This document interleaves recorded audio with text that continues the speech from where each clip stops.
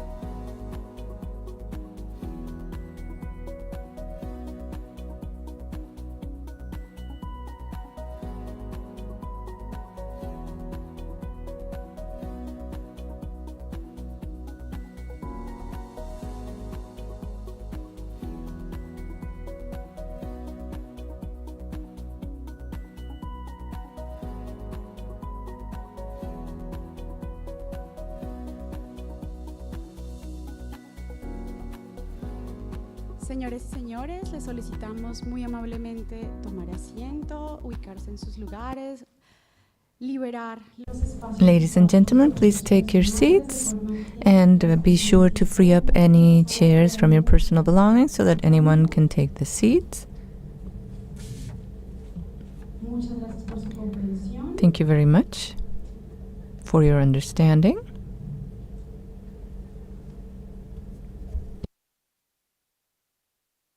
De pie, por favor. Please stand for the court.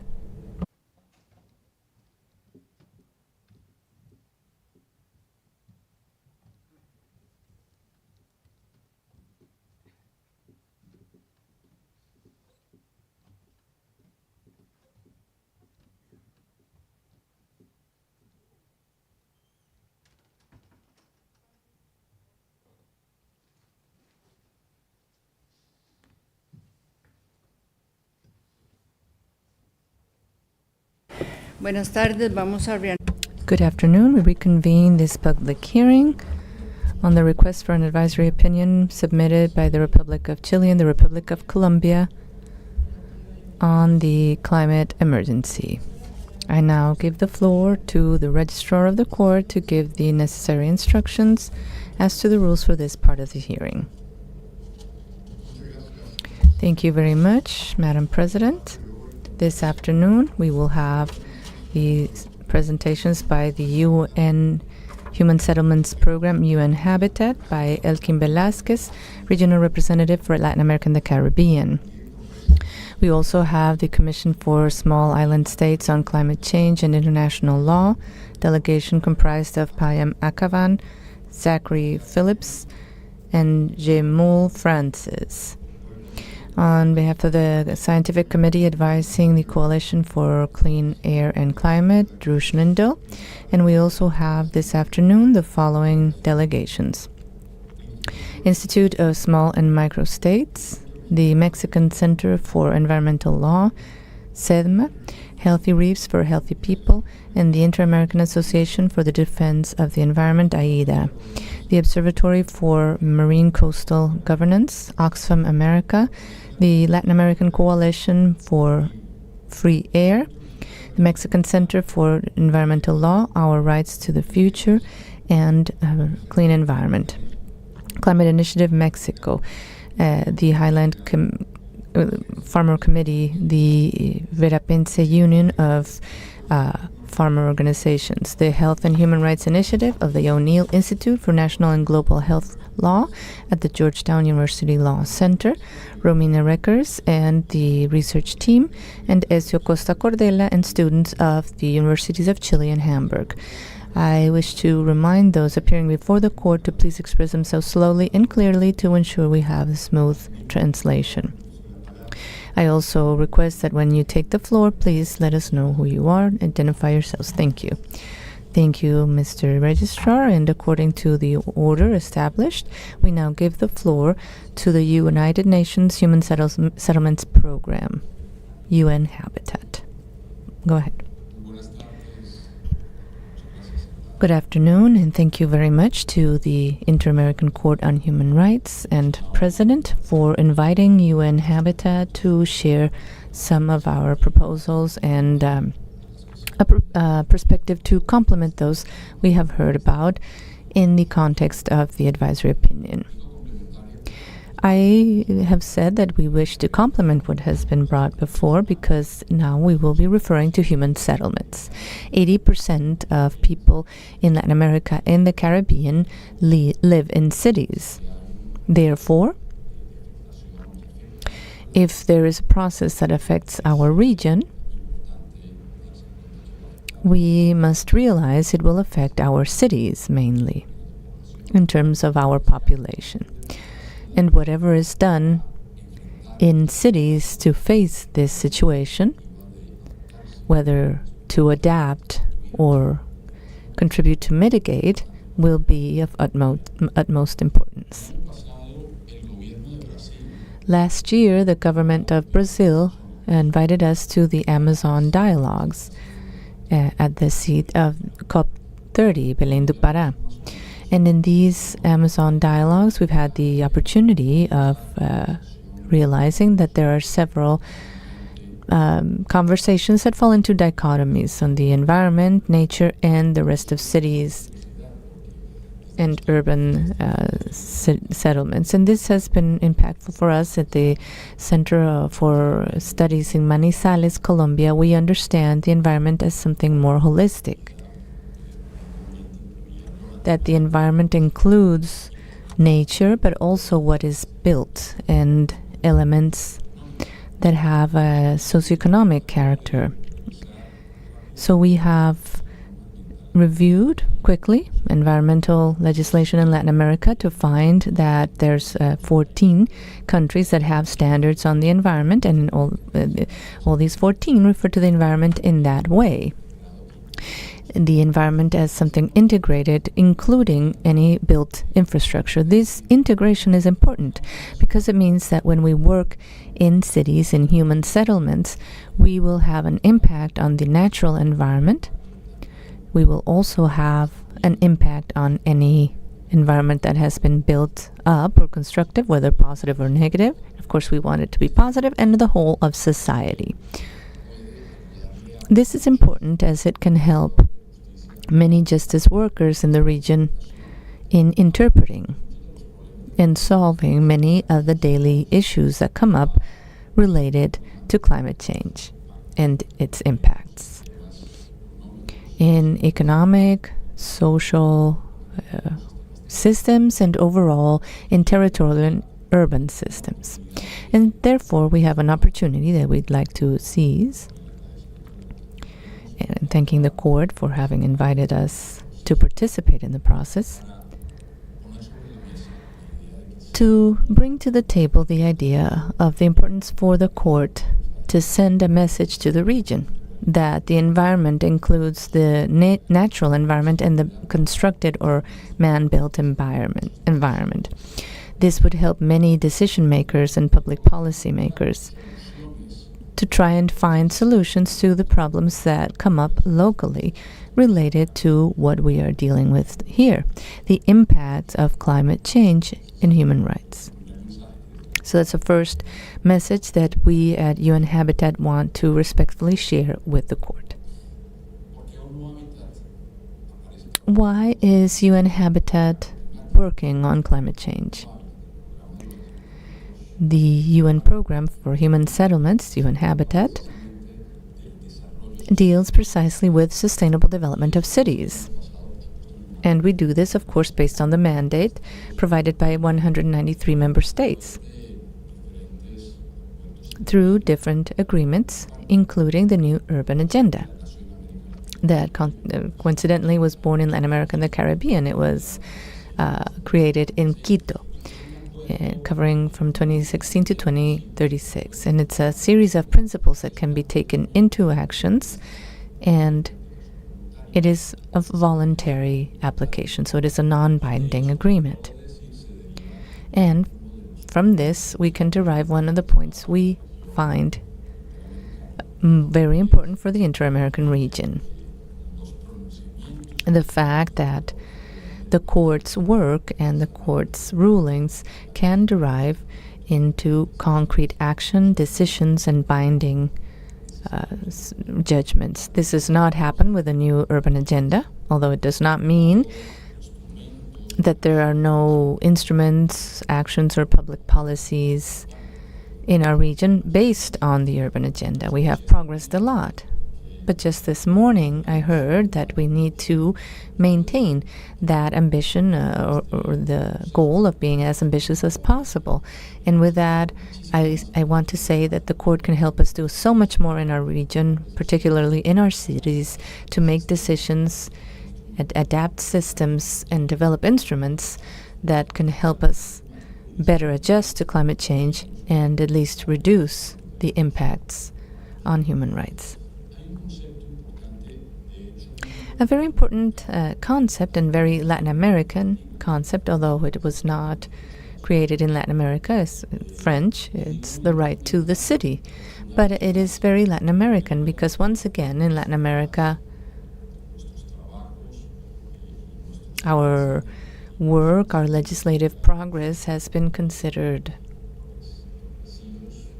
progressive, as having fundamental impacts in terms of observing human rights, and in urban matters particularly, the concept of the city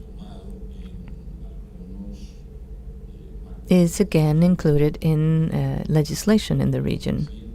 For example, Brazil with the Statute of the City, showing us how to move forward, but recently Ecuador, Peru, Mexico, including the Constitution of the City of Mexico. They all go back to that concept of the right to the city, not just as a theoretical concept, but translated into obligations and guidance for different institutions that have to abide by these legal instruments. The right to the city in this new urban agenda has been very importantly covered. But after the negotiation with 193 member states, we had the concept of a city for all, which in other countries is known as the right to the city. So taking that right to the city as reference and providing it with all the strength it could have based on work from the Inter-American Court would be a gigantic step, a game changer, as this process itself already is. For this advisory opinion, very rightly submitted by Chile and Colombia. From the perspective of UN Habitat for Latin America and the Caribbean, we believe it is fundamental to include in the process that concept of a right to the city. Why? Because of what I mentioned before. 80% of people in Latin America live in cities. These range from the size of Mexico City and Sao Paulo to the size of Leticia, St. Anna, or the smallest human settlements in our region, which would all benefit from a decision by the Inter-American Court on Human Rights. We have answered the request of the court with an extensive written document, but of course here we bring to the table the 2 or 3 key concepts that have driven and guided our written observations as UN Habitat. This morning was very productive. We could also hear others and compare notes, like just exchanging cards or letters as you would have in some cultures. Now, why is it important for adaptation and mitigation to climate change having regional binding agreements? Global negotiations, and I think I've heard this morning as well, are the minimum, the common denominator. When we negotiate regionally, we elevate that minimum denominator. So in terms of rights, that means that you can achieve more rights for the people. If negotiations have higher minimums or minimum levels as the global levels. And that does not speak badly or well to any of the instruments. As I said before, it's just the fact that we are dealing with a binding instrument within the Inter-American system. It would come to complement and allow us to go to the next level to ensure the rights. You have 1 more minute, Representative, to close your intervention. Thank you, President, and I am about to conclude. So for human settlements to have the right to more and better decisions to specifically respond to the problems of their context. And the last message in 30 seconds is, in our practice, we have to treat things differently if they are different. So common but differentiated responsibilities. But our perspective is more territorial. So we should also consider, as we've presented in our written observations, that when you're dealing with a regional perspective, it is also essential to identify the differences in terms of impacts and consequences of climate change in different geographies. So just to close, I think that today, in terms of climate change, we have more to hear from Montevideo and Bogotá than Montevideo and Bogotá or Cúcuta. Salvador Bahia and Cartagena have more in common as to how they are facing the impacts of climate change on the coastal regions than Cartagena is sharing with Cali. And we see that throughout our region, and that is why we need in our region to have a binding instrument that goes beyond the national, an inter-American instrument, if possible, to facilitate these types of exchanges and to help us grow and progress in our response to what our territories demand. Thank you very much. I thank the representative of the UN Program for Human Settlements, UN Habitat. Now I will recognize the Commission of Small Island States on Climate Change and International Law.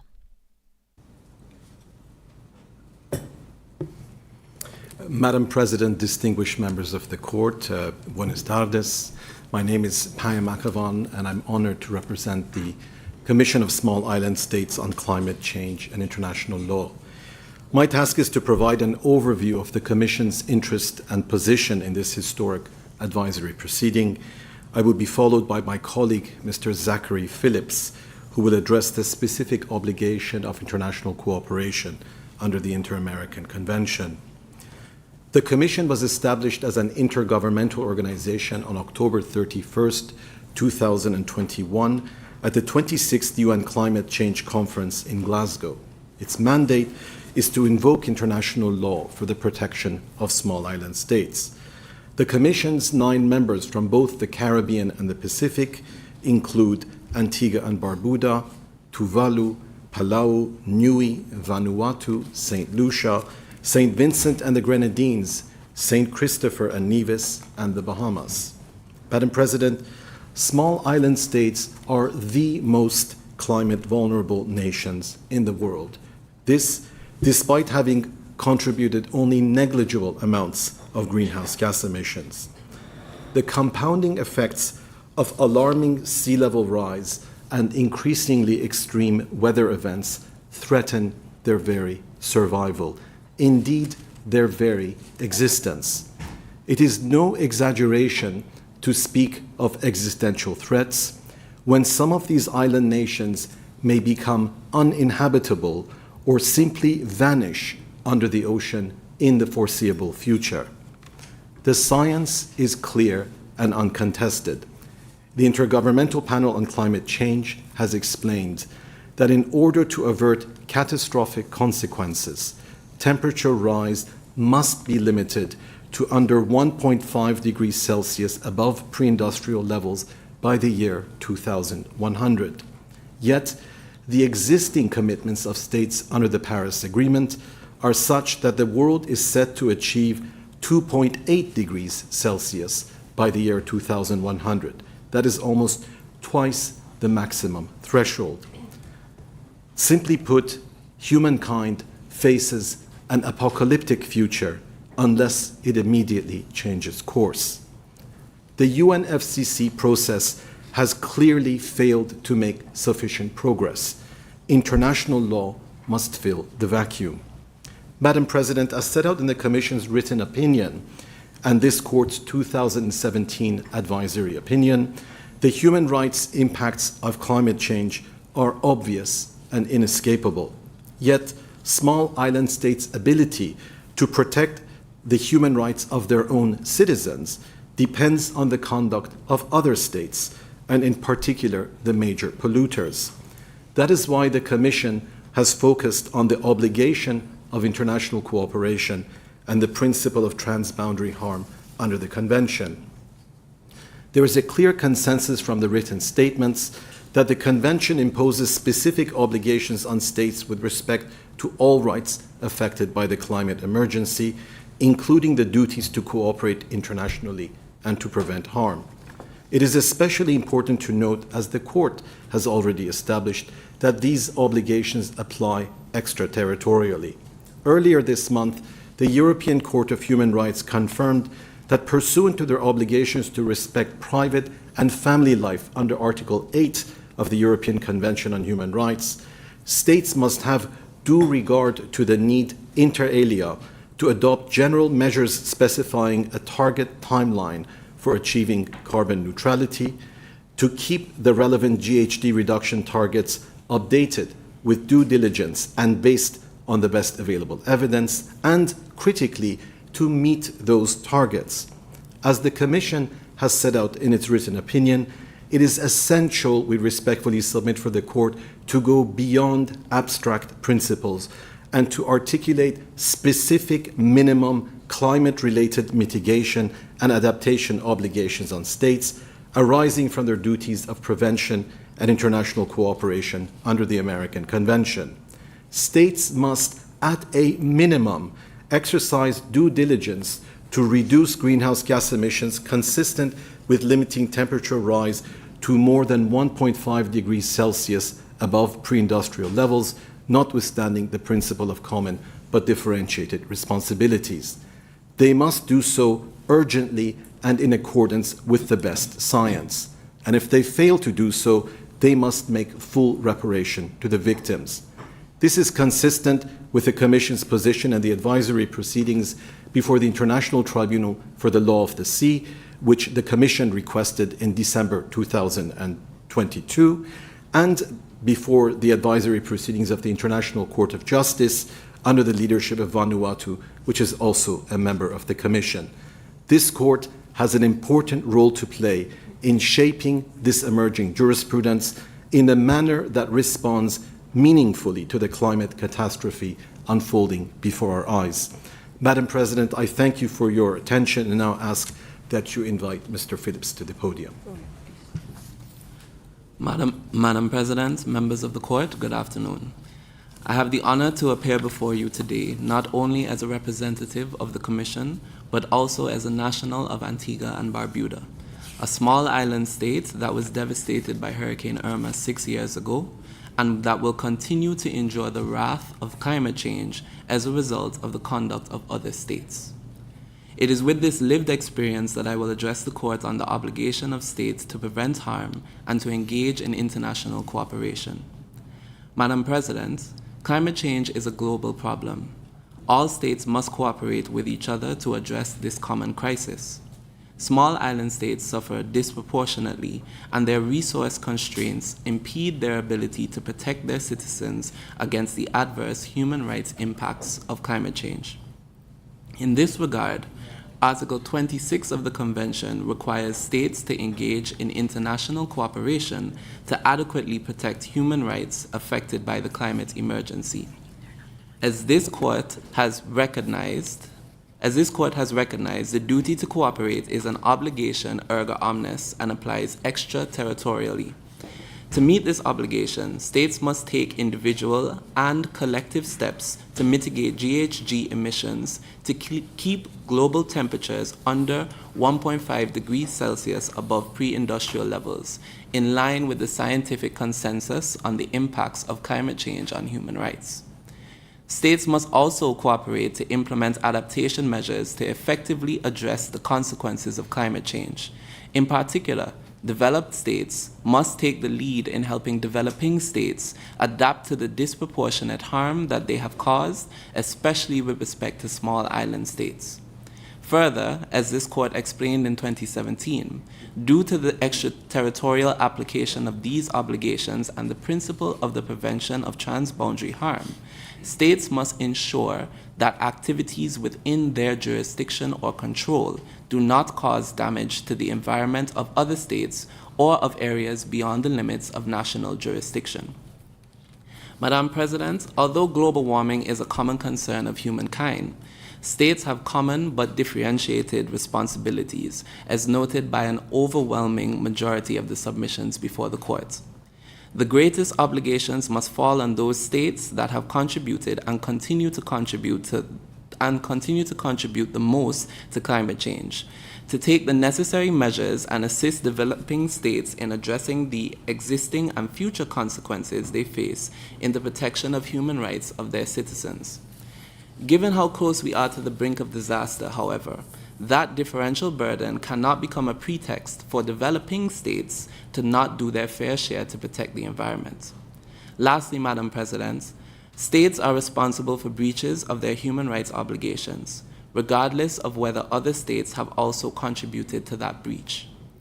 As a consequence, states may be required to provide remedial measures for their breaches, including by ceasing the wrongful conduct, providing appropriate assurances and guarantees on non-repetition, or making full reparation for the injury caused. To conclude, the Commission urges the Court to recognize and affirm the importance of international cooperation to ensure that small island states are better placed to protect the human rights of their citizens against the adverse impacts of climate change. In particular, the Court should affirm that states are under an obligation to ensure individually and collectively that temperature rise is limited to under 1.5 degrees Celsius above pre-industrial levels. I thank you for your attention and I yield the floor. Muchas gracias a la Comisión de los Pequeños Estados Insulares. Thank you to the Commission of Small Islands.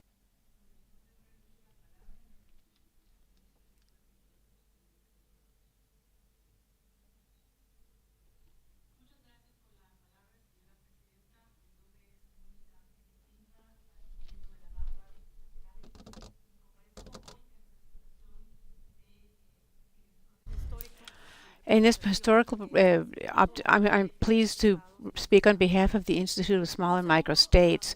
I want to extend greetings to the illustrious delegation of the State of Colombia and the representative of the State of Chile, and thank you for having brought these important questions before the Court in this process. I would like simply to point out that climate science is the point of departure for the analysis of how to interpret the obligations that the Court will be interpreting in this process. Science has spoken and said that swift, widespread changes have taken place in the atmosphere, in the seas, and then in the biosphere as a result of human action. The Secretary General of the United Nations has recognized that the Caribbean is the zero zone. That is the area of the greatest devastation by the world climate emergency. The small island states, such as the countries of the Caribbean, contribute only 1% of the world's greenhouse gases. However, their populations are affected by these emissions far out of proportion, as has already been said here.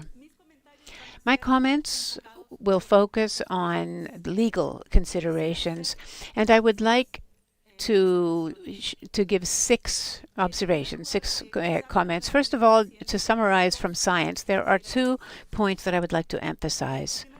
In the first place, the fact that emissions of fossil fuels are the primary cause of global warming.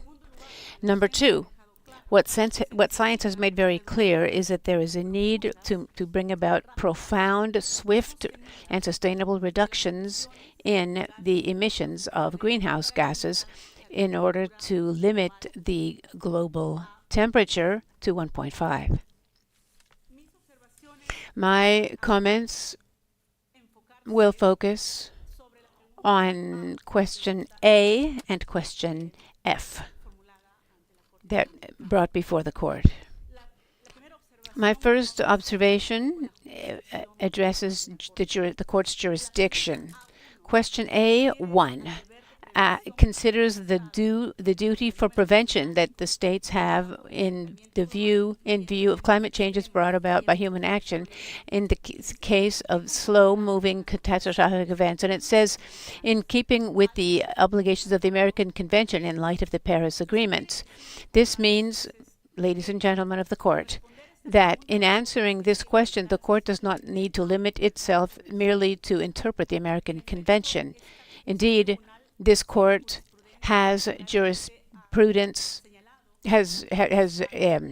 jurisdiction rather, and it has the power to consider the questions raised before the court and to reframe them if the court so desires in order to fulfill its mission of interpretation.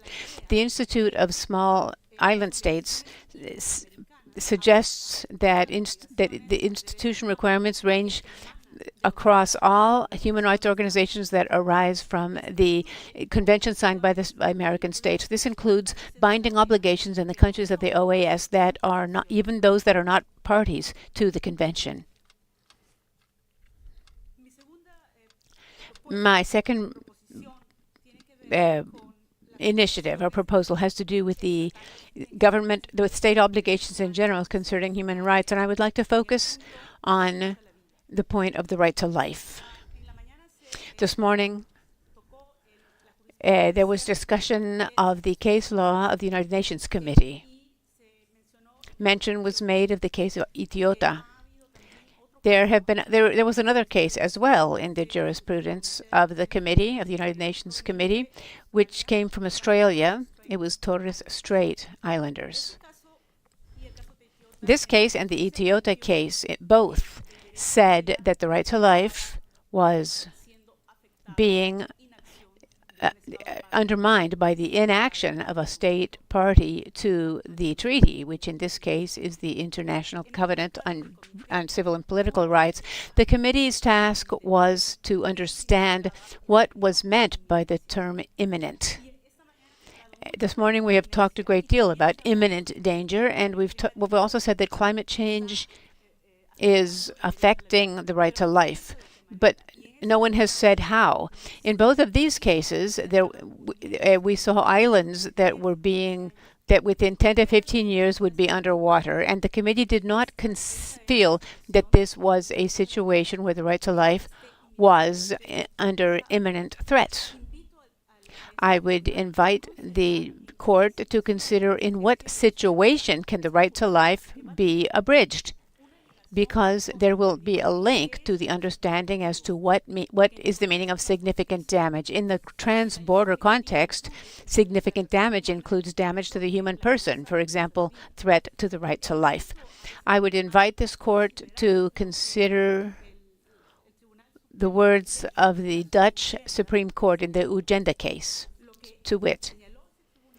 The court said that the term risk, real risk, immediate risk, makes reference to a risk that is also genuine and imminent, legitimate and imminent. But this term does not refer in this case to a short period of time. It's not a time expression. Rather, it means that the risk under consideration poses a direct threat to the people involved.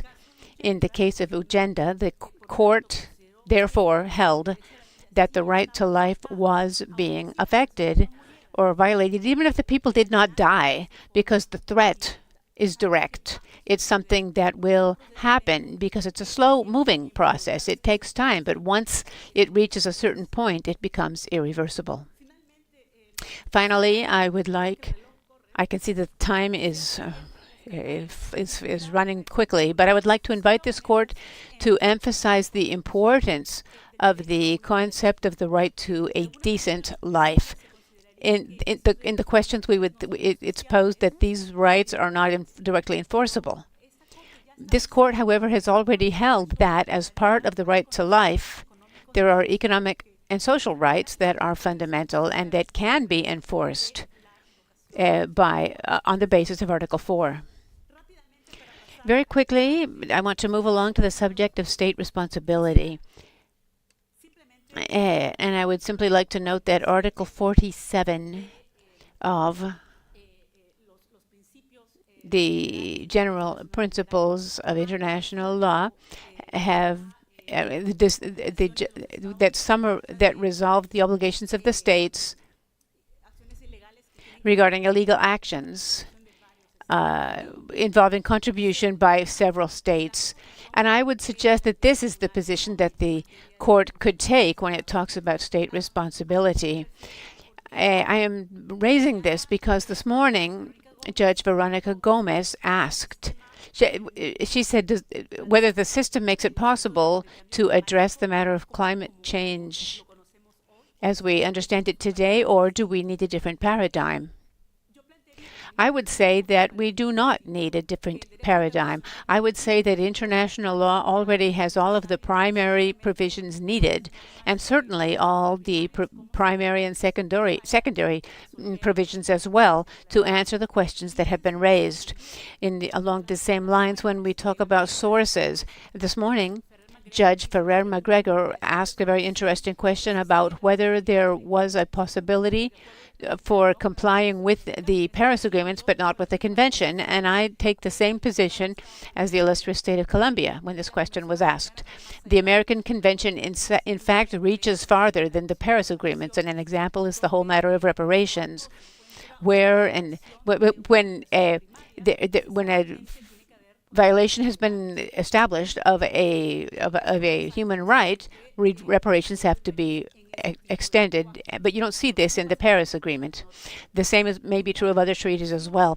With respect to the relationship between the Paris Agreement and the Inter-American instruments, obviously, the relationship is a dynamic one. This court has already taken a number of cases concerning law and rights, and considering all of the international legal structure that might be useful for interpreting the specific provision under consideration by the court. A final point. Very specifically, we would be saying that the obligation to reduce greenhouse gas emissions, the countries of the OAS most particularly, the developed countries of the OAS are under obligation to bring about profound, swift, and sustained reductions of emissions. This is not just a question of due diligence. In fact, this situation is now so serious that there are measures of result that need to be brought about. For example, just one example before I close. This example is issuing new permits for oil exploration, for example.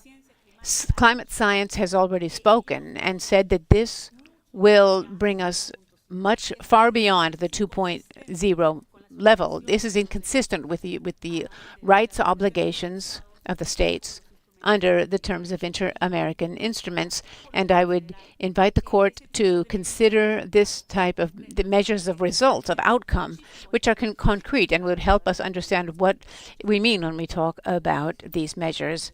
Thank you. Thank you to the representative of the Institute of Small and Micro States. I now give the floor to the Mexican Center on Environmental Law, Healthy Reefs for Healthy People, and the Inter-American Association for the Defense of the Environment. Go ahead. Honorable judges, good afternoon. I am Maria Jose Gonzalez Bernat. I am a senior scientist and co-director of the program on ecosystems of the Inter-American Association for the Defense of the Environment, AIDA, joined by Mr. Julian Medina, small fisherman of the Gulf of Morrosquillo in Colombia. Coral reefs are one of the most biodiverse and economically valued ecosystems in the world, given their multiple ecological, economic, aesthetic, and cultural functions. A significant dependence of health and general environment of the marine environment depend on these as essential areas for the reproduction, refuge, and feeding of several organisms. They are home to diverse species of fish, crustaceans, sponges, cnidaries, echinoderms, and others, and it is calculated that at least 25% of all marine life depends at some point of its life cycle on coral reefs. These ecosystems have a strong relationship with fishing activities in countries in Latin America and the Caribbean, which is fundamental for their economies. For example, in the Mesoamerican Reef located in Mexico, Belize, Guatemala, and Honduras, cataloged as the second reef complex, most extensive reef complex in the world, fishing is the main source of income. This ecosystem service is valued at over $193 million per year. And these ecosystems produce millions of jobs in the region, where half of the GDP of these countries depends on tourism attracted by coral reefs. And only through diving in these areas, net benefits amount to $2 billion per year approximately. These ecosystems also serve as physical barriers to protect coasts from storms and hurricanes, thus being vital in the current climate crisis. The expected increase in frequency and intensity of such phenomena is a great threat for coastal communities and islands such as those in the Caribbean, which are most vulnerable to this crisis. The presence of reefs significantly reduces costs due to damages and loss after floods and storms, which could add up to $400 million additional dollars per country. These ecosystems are in grave danger of disappearing today because of the climate crisis, something that would have devastating social, economic, and ecological consequences globally. As we've seen in COP27, an increase in the temperature of the planet of just 1.5 degrees would lead to the disappearance of 70 to 90% of reefs in the world, and an increase of 2 degrees is expected to wipe out all reefs in the planet. This happens because of the main effect caused by excessive temperature increase in the water, leading to a phenomenon called coral bleaching, which leads to a loss of the symbiotic relationship allowing reefs to survive. And although a reef may survive bleaching, the mortality rate leads to an imbalance in ecological dynamics in regions such as the Caribbean, where there's a likelihood of up to 90% of coral colonies bleached. Recently, NOAA at the U.S. has confirmed that we're in the midst of the second coral bleaching event in the world, with massive presence in at least 50 countries, and it all seems to indicate that record temperatures of the water in 2023 will remain over the following years.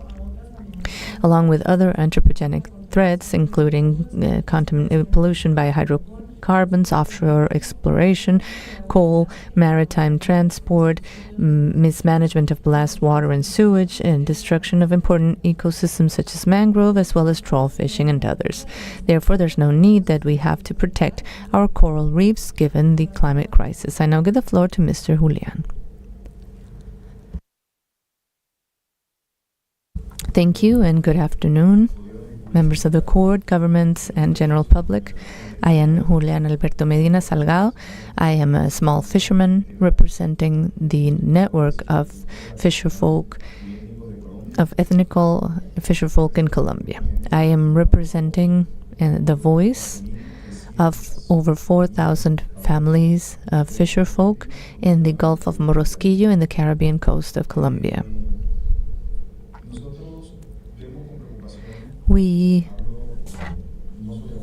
I'm not a lawyer, I'm a fisherman, I repeat, but we are very concerned. We see how our ecosystems have changed in our Caribbean coast in the Gulf of Morrosquillo.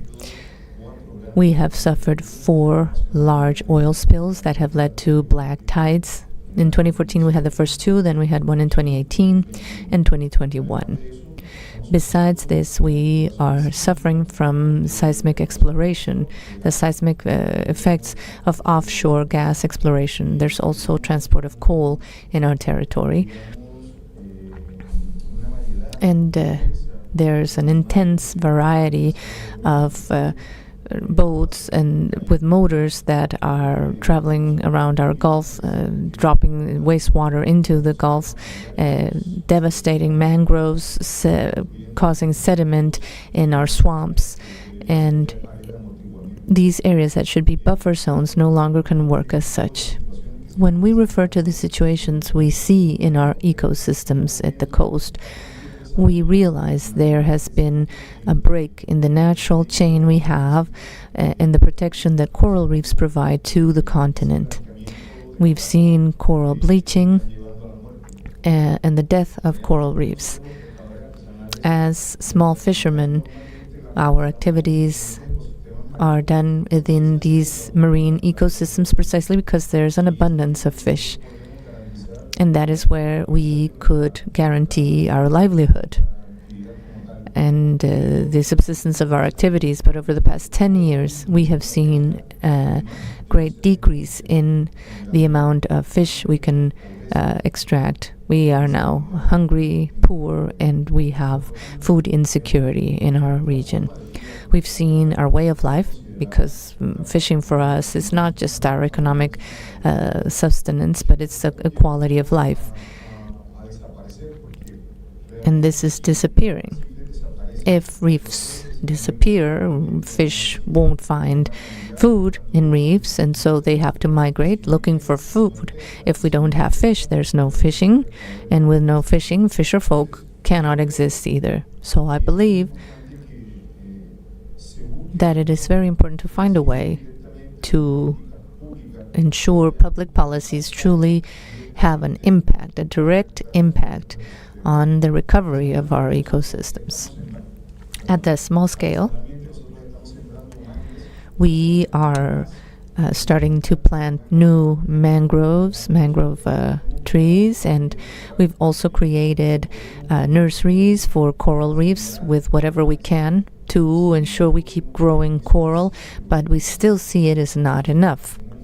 So this is a call to the international community, to the national government of Colombia, to support us in our initiatives that we are applying to try and recover our habitat. If we recover our marine coastal ecosystems, we recover biodiversity and the production of fish in the Gulf and throughout the Caribbean, not just in Morrosquillo. We know that it's important that within all this logical framework in which we work, and what we've heard today, when you want to do something, you do it. And it's just a matter of wanting to do it. All humanity wants us to advance, to ensure we can sustain life, and to ensure that human beings continue having opportunities. There came a critical time, in our case with the oil spills. We got together and with a lawyer worked on trying to take these actions to court. Nothing was maintained. None of our initiatives was legally valid. We did not have the time frame or the term to raise our complaints. So there would be also the demand for human rights to be respected and for us to be able to make a difference. So we need to also take action to give an example to the world that we can work towards recovering ecosystems. Oil spills have devastated all the ecosystems where they have happened. Thank you so much. And just to conclude, Honorable Court, we consider there's an urgent need of maintaining coral cover at a minimum to guarantee ecological connectivity in oceans, such as the case we represent. And it is an obligation of our states to attend to the needs of coastal communities that live from fishing, tourism, and that are very affected in the crisis of coral reefs. To this, we have to add the need to guarantee the right to a clean, healthy, sustainable environment, to life, health, and the integrated reparation of communities that need reefs to survive and that suffer from their degradation. If we don't take action urgently, we will see coral reefs disappear in a few years, which means all the marine coastal systems in the world are at risk, and many people, millions of people, will be forcibly displaced. We hope that our recommendations will be heard by this court. Thank you very much. Thank you. We will now hear from the Observatory for Marine and Coastal Governance. Good afternoon. We'd like to start by thanking the President of the Court and the Honorable Judges for allowing us to participate in this hearing. I'm Ana Lucia Maya Aguirre. I'm the Director of the Observatory for Marine Coastal Governance with the Center for Marine Justice. We're an NGO based in Colombia that builds capacity in island and coastal communities, and also work with research. Our submission is based on the concept of marine justice, which is an extension of environmental justice to understand and differentiate the impacts and injustices in the marine environment, and also having in mind the rights of vulnerable coastal and island communities, especially those that are devoted to artisanal fishing, and also the differentiated responsibilities of developed countries with SIDS and countries with coastal areas and islands within their jurisdiction. We will underscore 3 elements pertaining to marine justice here. First, the obligation to ensure sustainable and equitable use of biodiversity in these areas by protecting these ecosystems, because they are carbon sinks, and due to the ecosystem services that they provide to humankind in general, and coastal and island communities whose livelihoods depends on them, and also differentiated obligations of developed countries vis-a-vis the disproportionate effects of climate change for SIDS and countries with coastal areas and islands in their jurisdiction. And third, the declaration of the communities devoted to artisanal fishing as collective subjects of rights and victims of climate change. Now I will give the floor to my colleague, if it please the court, who will speak about specific technical aspects. My name is Melanie Velasquez Lozano. I'm the coordinator for education on oceans with the organization. Oceans absorb carbon dioxide to attain a balance between that the oceans and land. All of these marine ecosystems are carbon sinks. Ecosystem services were mentioned by Aida. Also, these marine grasslands are very important to absorb carbon dioxide, amongst others, and they desalinate seawater. They're a natural barrier against climate phenomena, and they are the refuge and habitat of many species.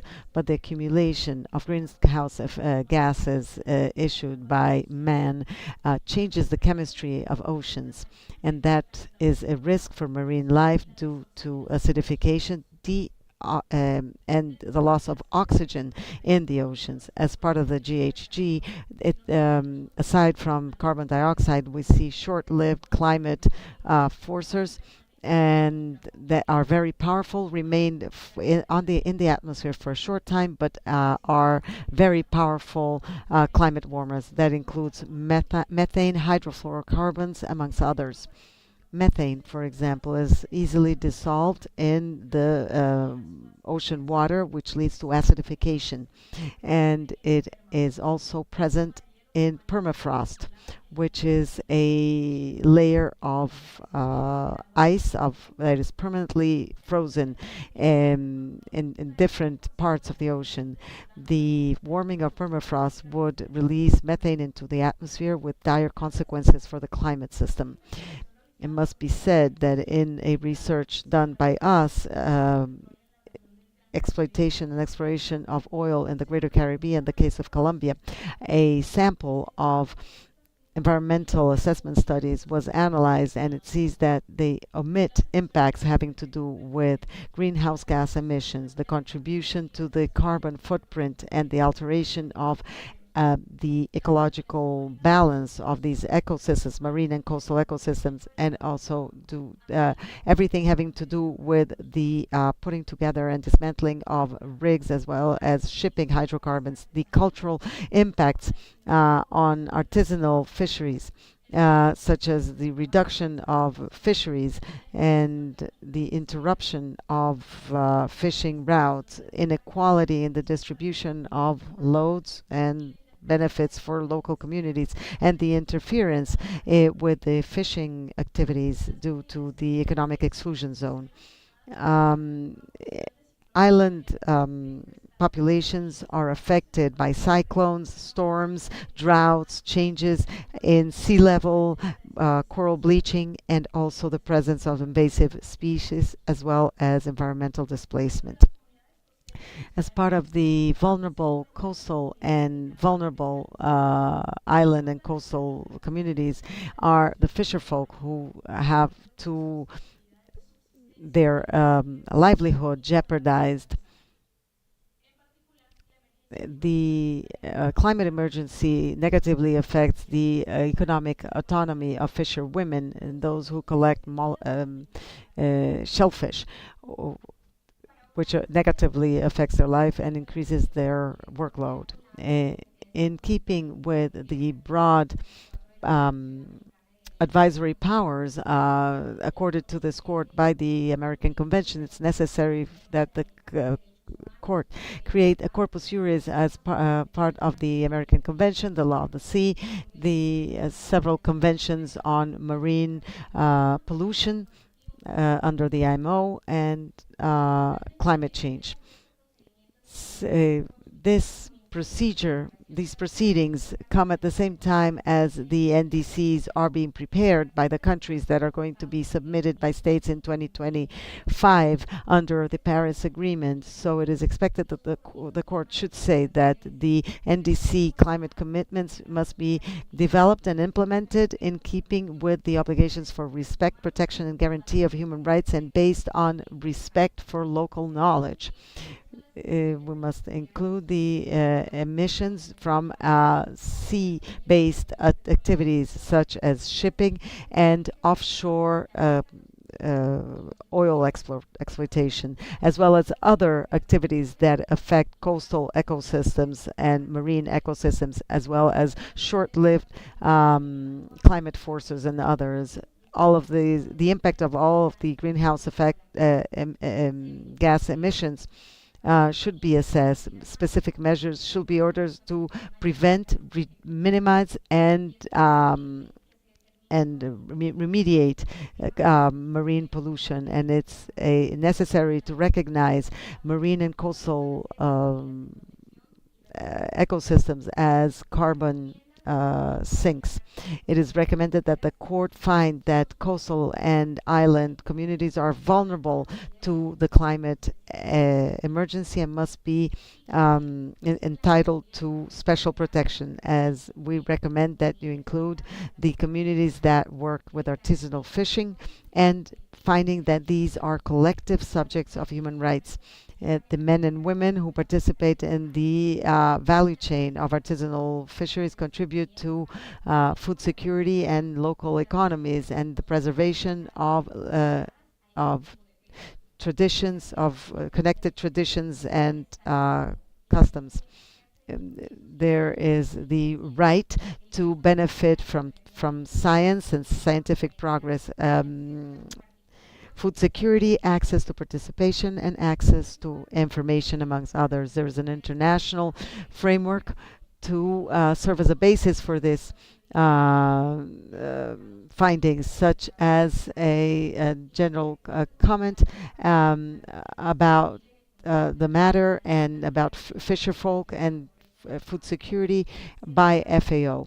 There's a recommendation made to include the right. We recommend that the right to science be included in the advisory opinion. If bridges are built between the generation of scientific knowledge and local knowledge, mitigation adaptation processes to the climate emergency will be strengthened.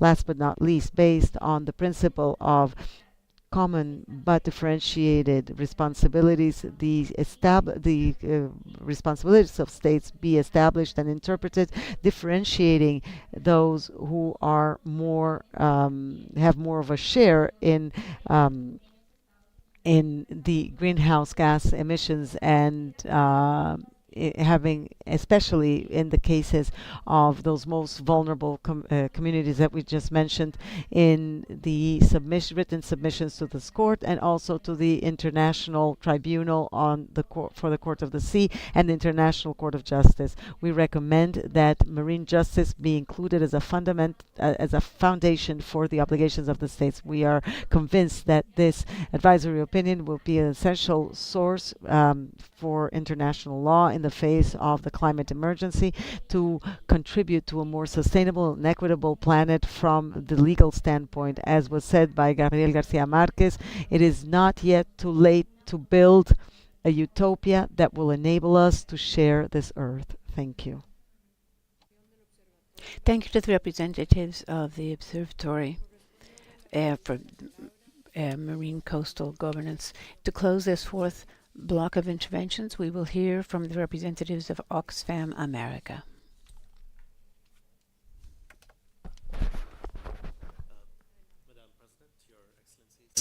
My name is Ashfaq Khalfan and I speak on behalf of Oxfam. I'd like to thank you for this opportunity to contribute to the discussions on this advisory opinion, which is so crucial for the Americas and for the world. So Oxfam is an anti-poverty organization that works globally to respond to humanitarian crises and to tackle the root causes of poverty. Today we're focusing on two issues: human rights obligations beyond borders, or extraterritorial obligations, and the right to food and its implications. So on extraterritorial obligations, they have two primary legal bases. The first is that most human rights instruments explicitly require states to take action separately and jointly through international assistance and cooperation to contribute to the realization of human rights universally. Now, a positive obligation to cooperate for human rights implicitly incorporates within it a negative obligation.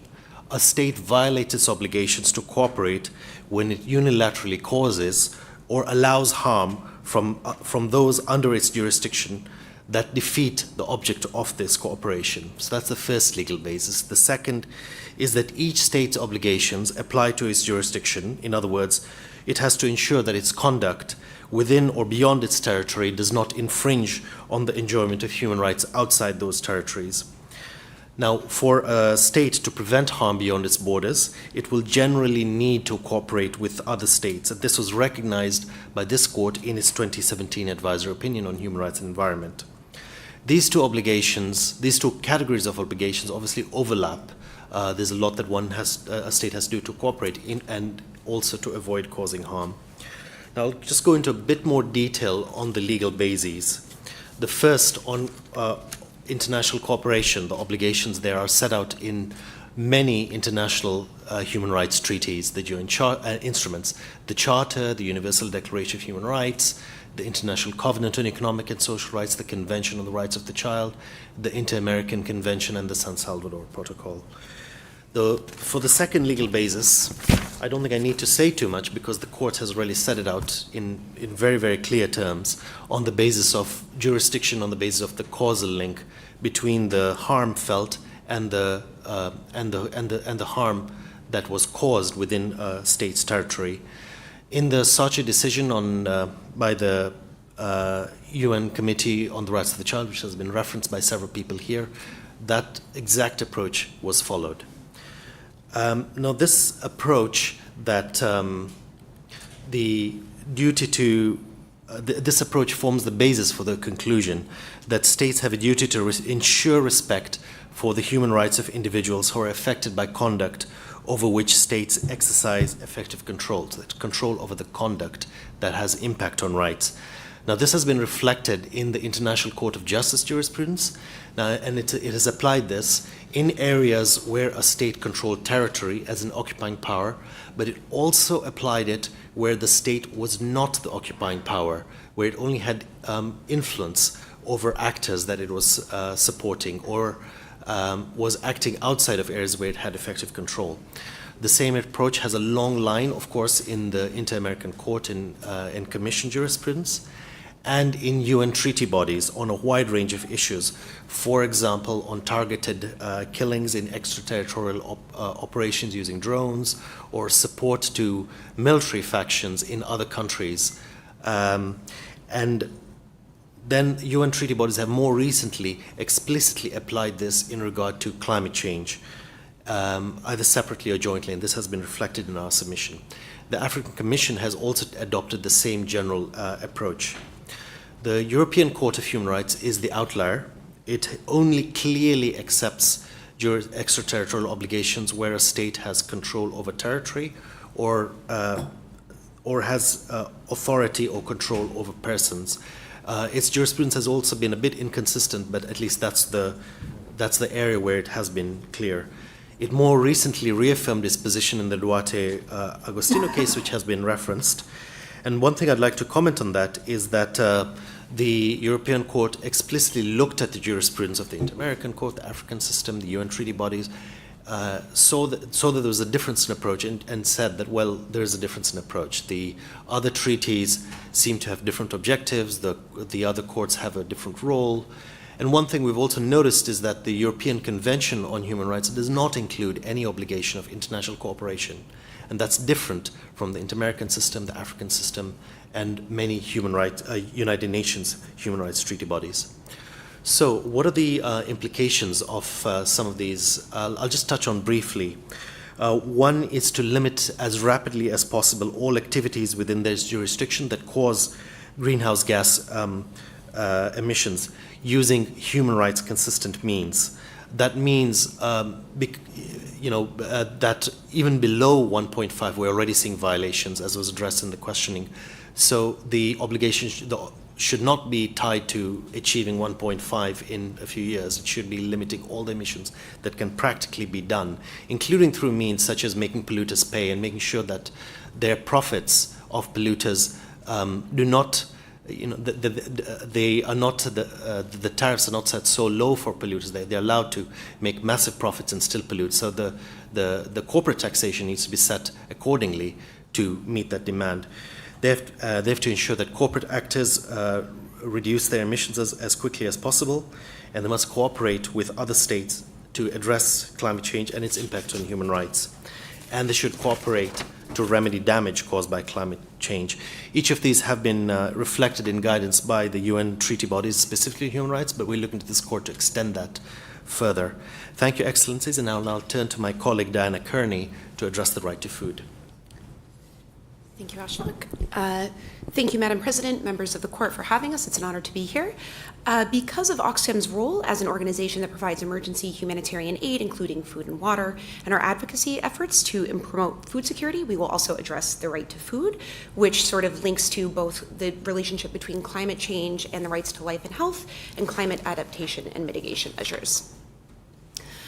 First, the right to food is well established in international law, both as a standalone right and as a prerequisite to fulfilling other rights, such as the rights to life and right to health. We have some of this outlined here, if you can see it. For time, I won't go into too much detail. The court has also confirmed that human rights treaties are living instruments, meaning they must be interpreted in light of modern conditions. This has significant implications for climate change and food security. So given the fact that climate change is increasingly jeopardizing food security, states must take increasingly bold interventions to address these threats. State obligations to protect the right to food are twofold. First, states must take positive legislative, regulatory, and other concrete steps to ensure access to food. And second, as many people have alluded to earlier today, they must also prevent third-party actors from violating these rights. Climate change exacerbates food insecurity. I think this is pretty well known, so we don't have to go into too much detail here, but essentially it it adversely impacts the 4 pillars of food security. This includes supply, access, utilization, which is essentially the amount of nutrition in any given unit of food, and price stability. There are particular risks for certain groups, such as women and girls, who are more food insecure than their male counterparts, and indigenous people who are risking loss of lands and traditional sources of food because of climate change.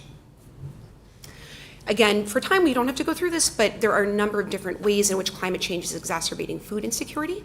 This includes droughts, floods, natural disasters that are destroying crops, unpredictable growing seasons, loss of arable land to rising seas, and even degraded nutritional content in the food that has become available.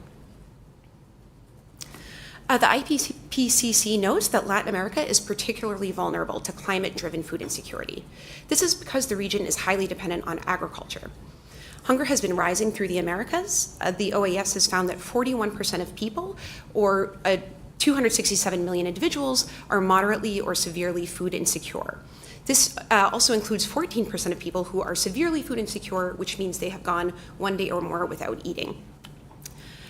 There are also significant reductions in yields that the IPCC predicts will happen by 2050, such as a 19% drop in beans, a 23% drop in rice, and a 21% drop in maize. So when we consider this in light of the rising population that we have across the Americas, these are pretty alarming statistics.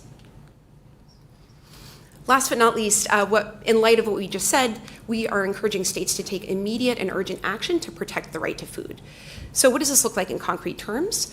First, the Committee for Economic, Social, and Cultural Rights has encouraged states to develop national strategies that address production, processing, distribution, and consumption of food.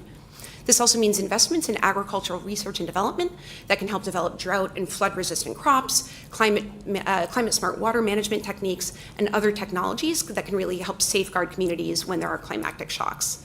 There's also very low-tech solutions like crop diversification and crop rotation that can increase resilience. We're also asking states to consider drastic increases in social protection measures. This includes both short-term social protection measures like the provision of emergency humanitarian food aid, but also medium and long-term solutions such as helping smallholder farmers boost their productivity and ensure that there are social safety nets available for those, particularly women, indigenous communities, and others that live in rural areas that are most likely to be hard hit by climate-driven natural disasters. Last but not least, something that many people already today have touched upon, but this also means asking states to regulate those private sector actors in their jurisdiction who are operating in ways that are wreaking havoc on the food systems for other countries throughout the region. So this includes the usual suspects we would think of like fossil fuel companies, but it also includes agribusiness companies, and that does bear emphasis because agribusiness companies are not always thought of as generating high levels of GHG, but in fact, they're responsible for approximately 1/3 of GHG emissions in the Americas. And so while we're encouraging rapid scale up of production to increase food supply, we want to note that this should be done responsibly so that industrial agriculture isn't doing this in ways that include burning forests or ramping up intensive meat production in ways that actually ultimately harm climate change to a greater degree. So thank you very much for your time. Thank you very much to the representatives of Oxfam America for your participation in the hearing. I now have the block for questions by my colleagues judges. Judge Patricia Perez Goldberg, will you be asking questions? Yes, Madam President, go ahead. I also want to thank you all for your presentations. I would like to ask questions particularly to UN Habitat on the right to the city in the following sense. In the hearing, we've heard reference of vulnerable groups and differentiated impacts on vulnerable groups of climate change. A paradox that happens in prisons in Latin America is that these are areas where you have them at the very heart of cities because cities have grown progressively, leaving them in the midst of the city. And paradoxically, although they are in the midst of cities, they do not always have the services and facilities. And there's tensions in providing healthcare services, greenery. So we have the paradox of these cities that do not have enough of an infrastructure in bad conditions, and we find cities within cities in that sense. Could you help us with some thoughts on climate change, the right to the city, linked to this particular group of excluded people that are not necessarily enjoying the economic, social, and environmental rights of others, which are people living in prisons and prison facilities? Thank you for that question, very important and relevant. Judge Perez Goldberg. The right to the city is defined as a city for all, to guarantee equality in the use and enjoyment of the city and human settlements, to promote inclusiveness, to ensure that present and future generations, without any type of discrimination, may have access to all the goods and services provided by a city. So there's a definition. In practice, this is created by design.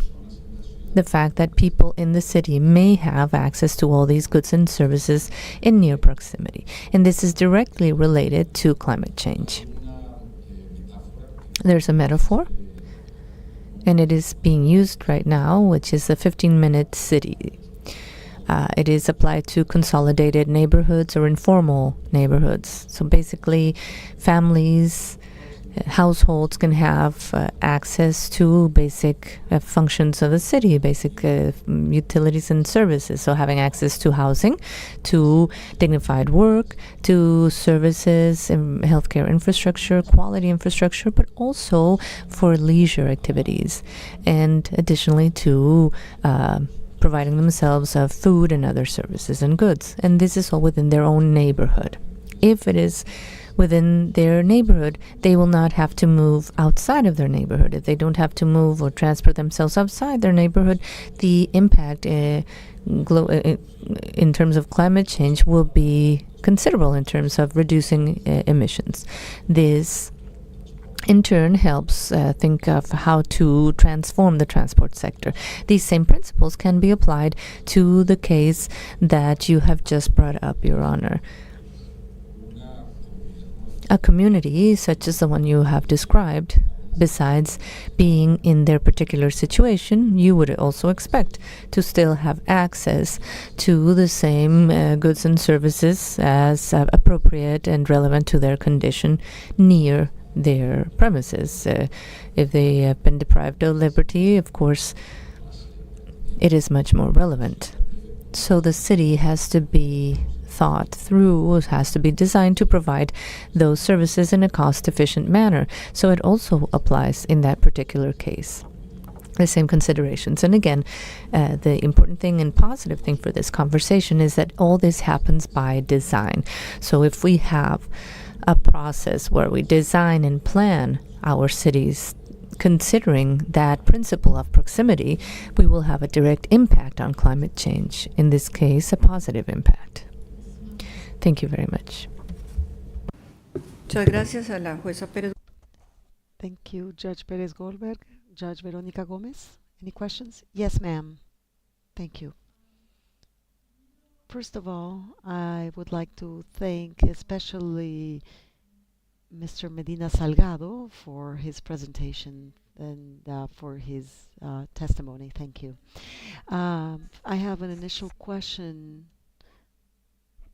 Since you're in the same area for the observatory and for AIDA, about the approach to marine life and the impact on communities that are especially vulnerable, coastal and island communities.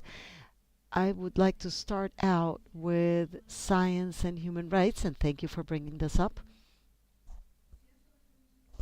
Reference was made to the right to science, especially in the presentation by the observatory, and also the Corpus Juris, which invite the court to consider the right of the law of the sea, rules on biodiversity, marine pollution, climate change, aside from human rights treaties. But there is one issue that always goes hand in hand with the right to science, is that there are many aspects pertaining to the to science that is discussed in other fora and above and beyond human rights fora, and also aside from the fora that are part of this Corpus Juris having to do with the law of the sea and biodiversity that you brought up. But the enjoyment of the right to science is it happens in fora that discuss economic issues. And I'd like to hear your thoughts about that, because there's one topic that is very important that came up, and it has to do with access to information. Access to information is only possible, as you said yourselves, when we have environmental studies. And environmental studies, in practice, what happens is companies are asked to undertake them, and they are directly linked to financial type agreements. So I'd like to hear your thoughts about that. There's reference made to corpus juris and to the right to science, but in practice, key decisions that would make this effective occur somewhere else. So please go ahead. I'm going to start off with the last part of your question, which is environmental impact evaluation and how partial they are in these models where it's not done by a third party, but rather those in charge of the projects themselves. And the study that Melanie Velasquez, my colleague, referred to, where we took a sample of these environmental impact studies for oil exploitation and exploration, they omit several things: demographic issues, cultural issues, and social issues. So the decision ends up being uninformed when a license and permits are issued for these projects. The science must inform several fora, such as including economic fora, and environmental impact assessments must also be based on the best available science. But the question is the language accessible and friendly to these communities that are going to be affected by these projects? And that's where the right to science comes into play. People have the right to understand these scientific positions. For example, indigenous communities need for those to be translated into their native language, in the language that is understood, because the environmental assessment is done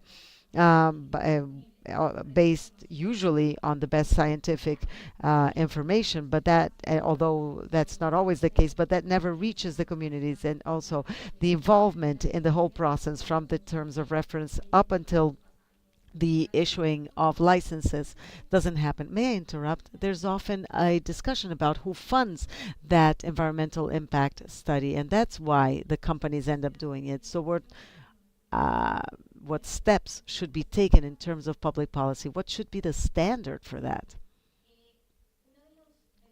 One of the public policy steps would be to reform these models of self-evaluation and include possibilities for participation from the beginning, from the development of the terms of reference. And when my colleague spoke, she referred to publications where in Colombia, for marine ecosystems, the environmental impact studies are designed based on the needs for land-based systems, and they don't take into account the communities that work as fisherfolk. And science should inform all type of fora. And that has been a unanimous demand raised by people who have been working in the area for so many years. And they should also inform the communities. And we're talking about the right to science, to benefit from scientific progress and understand the scientific progress. This is based on Article 27 of the Universal Declaration of Human Rights, the 25th, Article 25th of the Covenant on Economic, Social, and Cultural Rights, and so many other instruments which are the source of this. There is a recent report of the Rapporteur on Toxics and Human Rights that refers to the right of to science, because communities have the right to access that information. And that is why the right to science is directly linked to the right to access to information, and also to be able to base their participation on those assessments. let me tie this to the second question, because it sounds like it would be up to the communities themselves to obtain information and then decide based on that information. But in the case of coral reefs, the issue of access to climate justice is especially complex. And that's what I understood from your written submissions as well. In also having active standing to be able to submit this type of cases is not so simple. So informing communities so that they see how they can enjoy that right, exercise that right in the courts, or what. But aside from that, what can we add about the issue of access to justice in terms of climate justice for coral reefs and other issues, if you would care to elaborate? Let me speak from a more scientific standpoint. I mean, in terms of access to justice, that was part of our recommendations. There is no institutional and financial capacity to have up-to-date scientific information based on these studies as to what the situation is with the coral reefs in our region. There is no regular monitoring and that is comparable to help us make decisions for policy making to protect these coral reefs. So the quality and quantity of data needed for to inform public policy is not there.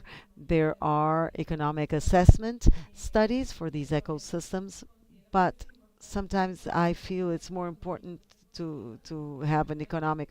Some people think it's more important to place an economic value for these ecosystems, and they lose sight of everything else. And I'm talking about coral reefs, mangroves, and marine grass. And this affects the communities around these ecosystems, but also the rest of the country. And this in terms of the quality and quantity of data that we need to inform decision making. And Chile actually brought this up in its initial presentation. We need baseline information to make decisions. And we need science from the standpoint of our region. And that's why we're here, actually, as part of the recommendations that we would like to include in this advisory opinion, because states are not committed to having environmental studies that are up to date, that are done regularly and that are comparable about these very important ecosystems. My colleague has a more legal perspective to add.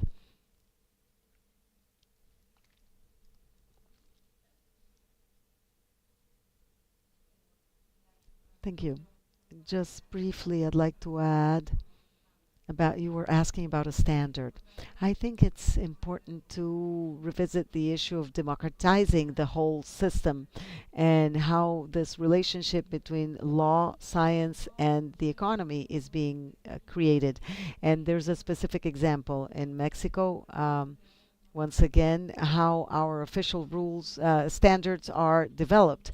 These are very specific instruments that try to drill down to the scientific explanation. For these standards to be developed, you need academia, the government, the business community, and civil society to be involved. What happens, in fact, is that in these fora, academic and civil society organization participation is quite reduced, so the business sector ends up taking over, and we need all sectors to participate. It needs to be interdisciplinary when it comes to creating these standards.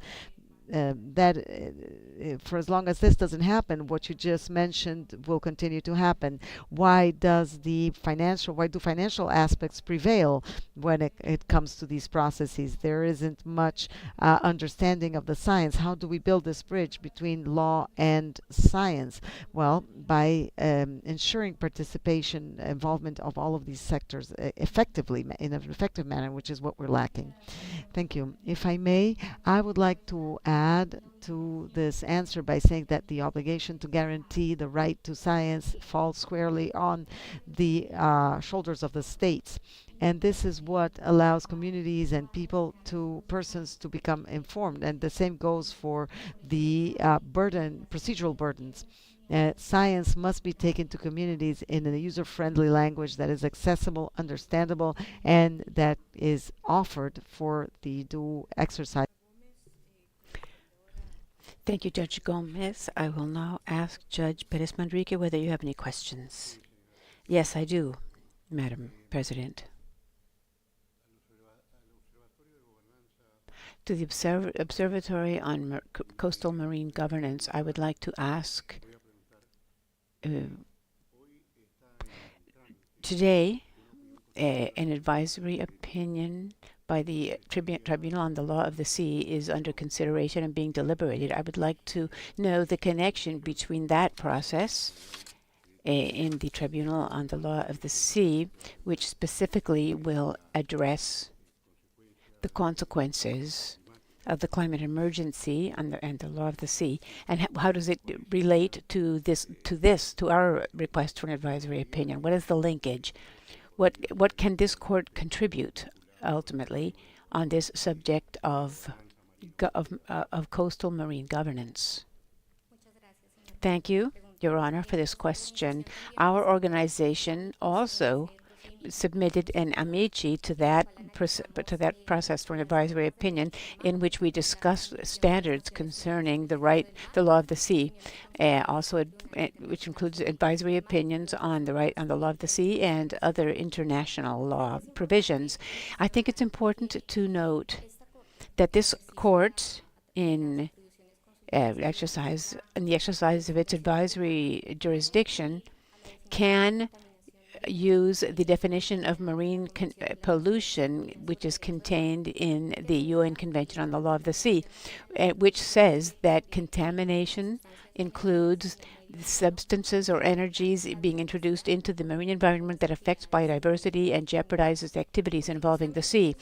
The emission of greenhouse gases, in fact, is a case of the introduction of energy substances into the sea and affects the sea. So how can this court contribute to that?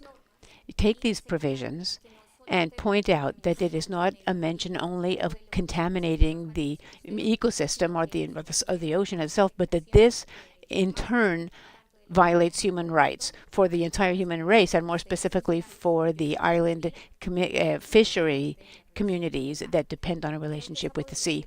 This could provide the court an opportunity to make a significant contribution to the law of the sea. Someone asked whether there were enough provisions already. The answer is relative. There are rules and regulations. There are normative frameworks on climate change, on the law of the sea, on marine contamination, coming from a number of different international sources.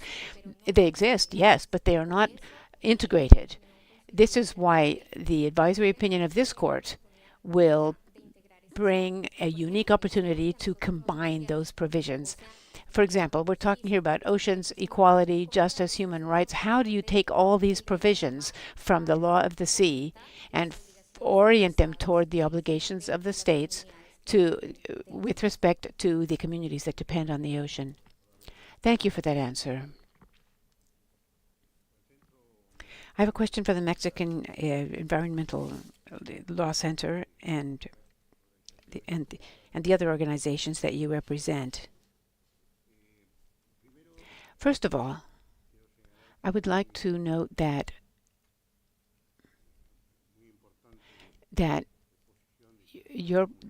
presentation of a person who is a victim of the consequences of the damage to the coral reefs was very important and significant. This can be a triggering element, that is specifically the phenomenon of the oil spills, which in fact creates contamination. But I would like to go beyond that.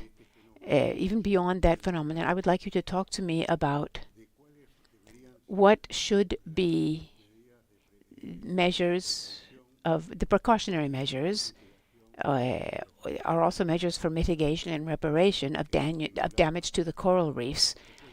associated with all of the consequences we've discussed. You developed that very well, in fact, but I think that this, which is a critical issue that was not developed clearly enough. I would like to hear a bit more about it. Good afternoon.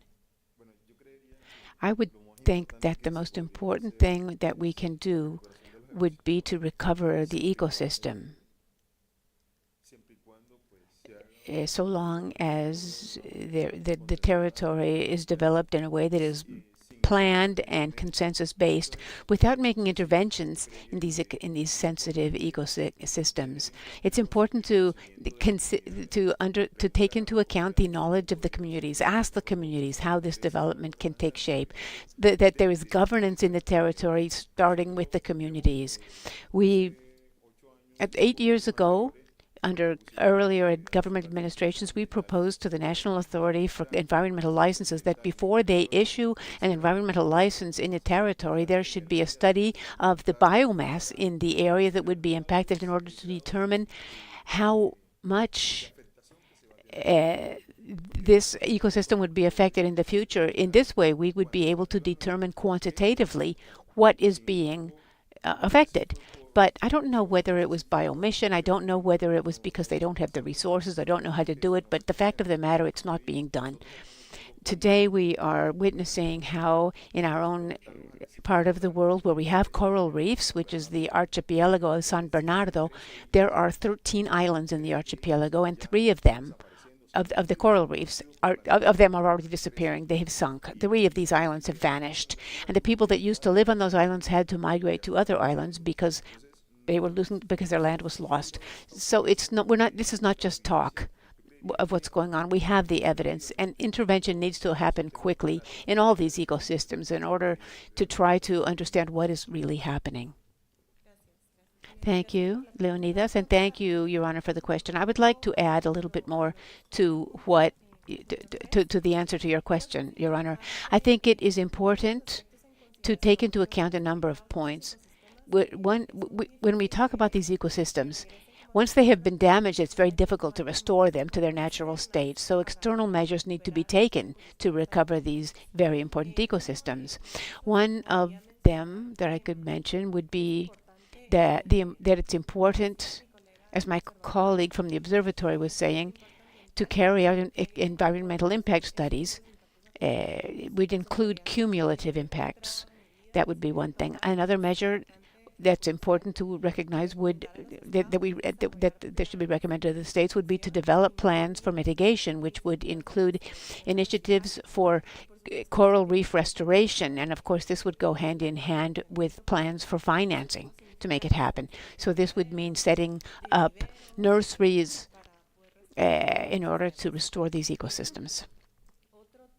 Another very important subject that we have seen and that is having a great impact in the region is the quality of water in the rivers. The rivers that go directly onto the coral reefs. This is worsening the climate problem and the ecological situation of these systems. So we would need to include measures for cleaning up the rivers, because in many regions of Latin America they are very contaminated, both visibly and invisibly. And so this is a problem that is having a direct impact on the quality of these ecosystems. So that, I think, is the answer. Thank you. Thank you for your answers.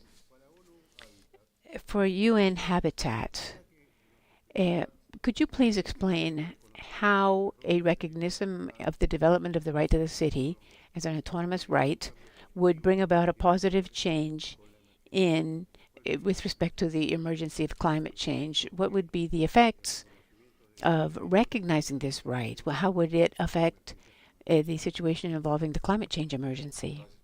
Thank you for that question, Your Honor. There are 2 perspectives. One is technical, and the other is, if you will, political. That is to say, policy-based. The technical perspective, the right to the city that I mentioned in my presentation. When we talk about the right to the city, we're talking about the city overall, its people, its systems, social and economic systems, political systems. When we talk about the right to this city, we are talking, of course, about the ability for all people living in the city to enjoy it, or even people who go through the city to enjoy the goods and services and opportunities available therein. In the UN, we add to that by saying that no one should be left behind.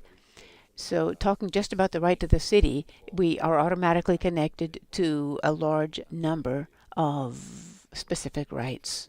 The right to decent housing, the right to a healthy environment, the right to health care. There's a whole list of other rights that would be obligations under the right to the city. So in the practical application, this is also equipped with a number of instruments that are already helping with planning, designing, and managing the cities. So a concept that has been internalized in the territories, and I would say also in academia and in the practice of Latin America and the Caribbean, to have it at this level in an instrument that would arise from the court and that would be binding.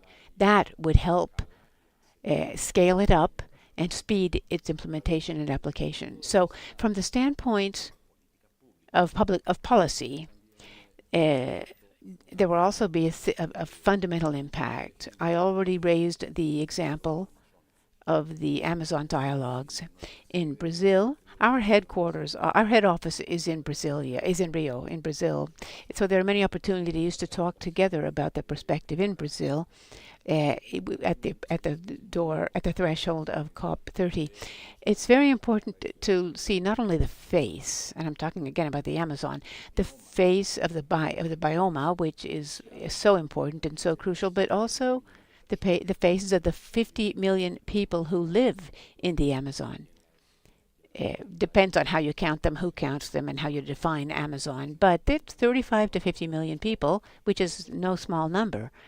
These people also have the right to all of these factors that are part of the city. It should also be a process of contextualized implementation, that is, in the context of the geographic setting. All of this will make it possible for these processes to move ahead in an orderly fashion, in a way that is appropriate to the geographic area, not simply because someone had the bright idea, or because there's a specific group in some region, in some particular city, and they have certain capabilities, but instead that it be Latin America wide, inter-America, in fact. My final point is this. If we take a more regional position, because it comes from the court, it would provide a means to develop a whole new generation of instruments. These instruments would be useful for supporting the member states and the territories. Yeah, thank you. That would be the positive effect of the court's recognition of the right to the city. But my specific question is, what is the positive effect on the climate emergency, which is what we are discussing in this advisory opinion, very specifically? There are two avenues. One is by adaptation. That is, the direct application of the right to the city would help move ahead much more vigorously and effectively with the elements of adaptation, but also mitigation. A while ago, I was talking about the 15-minute city, which is the principle of approximation, of nearness to the city. When displacements occur in the city, but if they could be avoided through a better design of the city, because of the right to the city, this makes a significant contribution toward reducing emissions. In cities such as Bogota, Mexico City, many families take 2 hours just to get to work. And they do so very often using transportation based on fossil fuels. One way, there are many ways to address this, but one way to reduce this amount of travel using fossil fuels would be to redesign cities and plan them better, taking this perspective which would be offer the right to the city. If this is extended not only to certain cities, but to all the cities in the region, the impact would be massive and scaled up. But good, thank you very much. I have no further questions. I do have more questions, but I know we are short on time, so I will not ask them at this time. Thank you, Madam President. Thank you, Judge Perez Manrique. Judge Ferrer, do you have questions? Yes, Madam President, thank you. Continuing with UN Habitat. We were hearing Judge Perez Manrique on the right to the city and his questions to you. Lately, we've seen Latin American cities in the Caribbean and other parts of the world that have water scarcity problems. So the evident question is, how can this be related to the right to the city, climate change, and what measures are being taken or considered, long or short-term steps regarding water scarcity? Thank you very much, Judge Ferrer Madrigal. If I may, Madam President, at UN Habitat, we are fully available for any additional contributions, evidence, examples you may need throughout the process, anything that can help the proceedings. And now to answer the question. And there I also would like to add two approaches. First, we have several regions in Latin America and the Caribbean that are suffering from water stress. And this brings with it the need to reorganize how the city works. Not just reorganizing functioning in the city in terms of what activities have to be developed in the city, and looking at the water consumption needs and how this leads to dilemmas that are being faced by public policymakers and judges many times. Water as a resource for the economic sector, for what economic sector, or for citizens in general. So having work tools that can help us design, improve, and make better decisions considering different scenarios. For example, planning or designing a new neighborhood, a new part of the city, intervening in some way, helping these decisions be as efficient as possible, ensuring the best division of water resources for that specific site, for that specific city, because of course things may change from one city to the next. And there can be considerable changes. So having that technical methodological input and evidence will help guide decisions. And therefore, we may either decrease the impact of climate change due to water stress or to improve adaptability of cities to that condition. So that's the first approach. The second is much broader, and it is related to, especially in the case of Andean cities that are located in certain water basins. We have to look at cities not just as isolated entities, but looking at them as a system of human settlements in cities. Depending on the aquifers and on the water basins, we have to share these resources among different cities. So having evidence, analyses, and tools to improve planning and ensure the best distribution on land use and economic activities, considering in this case the use of water. And this is economic activities, but also the needs of the population. This will help us. Additionally, maybe the most important point is that when we talk about access to opportunities offered in a city, we are talking about in equal conditions for all. We must not forget that this process already starts with a bias, with an asymmetry. There are certain parts of the city that do not have the same access as others. There's a large part of families that have no access to water in this specific case, at least not access to drinking water. So again, that is fundamental. We have to integrate them into our planning.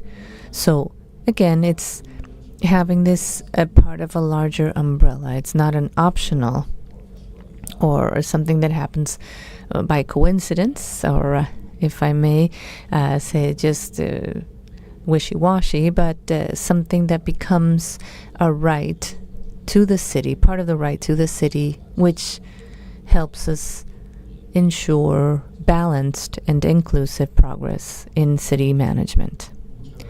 Thank you very much. And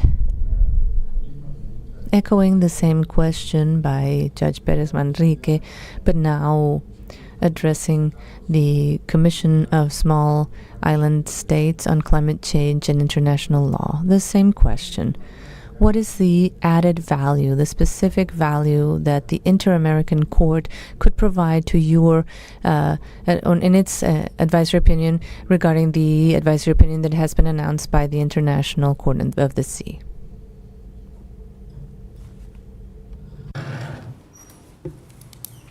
Thank you, Judge Frere. First of all, the applicable law before ITLOS is the UN Convention on the Law of the Sea, whereas this is a regional court that will apply international human rights law. And then we have the procedure before the ICJ, which will apply general international law. And it's really quite a unique moment in the, if you like, cross-fertilization and harmonization of jurisprudence. The Inter-American Court of Human Rights in its 2017 advisory opinion has already contributed significantly, in particular to the question of the extraterritorial application of human rights obligations. Certainly it has gone further than the European Court of Human Rights, as some of our colleagues said earlier today.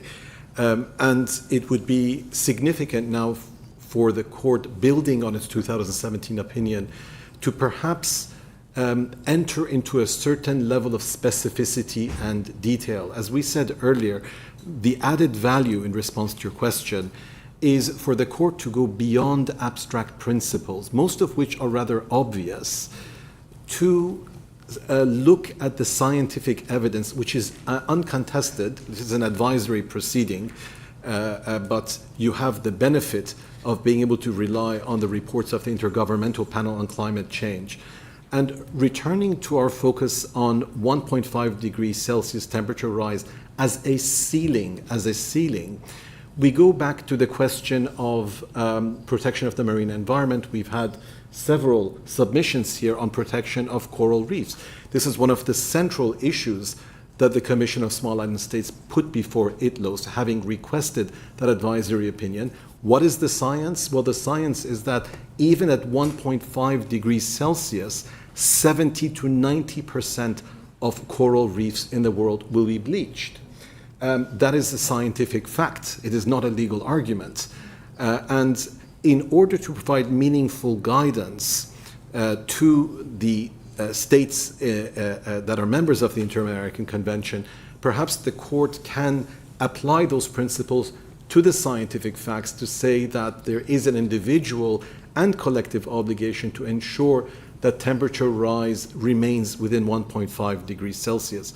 Otherwise, we have a principle of due diligence, which is neither here nor there, in the sense that there is no question about what the ceiling is. And the time has come, we respectfully submit, for this court in particular, which has had a very progressive track record, to enter the science, to apply the law to the facts, so that states have specific minimum standards that will regulate their conduct. I hope that answers your question, Judge Frere. Muchas gracias. Thank you very much. Gracias, Judge Ferrer. Thank you, Judge Ferrer. Judge Vice President, Judge Mudrovich, any questions? Yes, Madam President. I know it is running late. I just have one question I'd like to ask to the representative of UN Habitat. I would like to continue the questions that have been submitted by Judge Perez Manrique. I have, and we've heard this morning a lot on autonomous rights, but you specifically refer to stable climate and the right to the city. And you've mentioned the experience in Brazil that has brought significant changes to how we plan cities, and legislation talks about sustainable cities. This is provided for by law.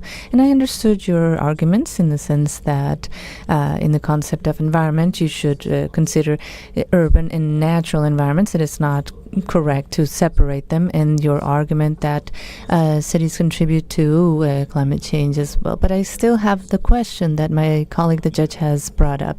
How does the recognition of that autonomous right and its enjoyment could help us in the discussion that has brought us here today? I would like to have that clarified. Thank you. If I may, I can respond in Portuguese. If you want to in Portuguese, I would appreciate it. Thank you so much, Judge, for your question. If I may, I will respond in Portuguese. There's two perspectives there as well. First of all, there's a technical perspective, where you have the impact of climate change in cities on urban populations. In terms of adaptation, you have to make many decisions as to how you will plan that city and design it, and how you will guide the economic processes of the city to ensure that it is consistent and coherent and inclusive. The right to the city from that perspective, and I've already mentioned several examples. There's much jurisprudence. I could provide many more examples from Brazil, Mexico, Colombia. So this gives us a real possibility of accelerating adaptations. If we accelerate adaptation in cities, acknowledging all the instruments available, then you can better face the situation of adaptation to climate change. On the other hand, the concept of the right to the city and the need to plan better access of people and families to the essential goods and services provided in the city, to public goods and opportunities offered in cities. For example, I will bring an example from Mexico. CONAVID, which is the Institute of Housing, the largest in all of Latin America, has made a decision based on the right to the city in the principle of proximity. They will no longer provide mortgages or loans to families if they do not have a housing offering that fulfills all the services I've mentioned, that provides all these services in a radius of 15 minutes or the nearest proximity. It's not necessarily 15 minutes per se, so specifically, but in the nearest proximity. So that gives us the possibility of bringing to this urban world, with decision makers, with technicians and experts, that has the resources, and with 80% of the population in Latin America and the Caribbean living in the city, brings all the possibilities of doing something for climate change. So it is the larger sphere or area that could support the process to provide knowledge and make it available for countries, first of all, but all the region. I hope I have answered. And I have been successful in answering. Thank you for your question. Thank you for your answer. I will reflect upon it. Thank you. No more questions. I have a question for the representatives of Oxfam. In your presentation, you made la necesidad de impulsar una agricultura sostenible.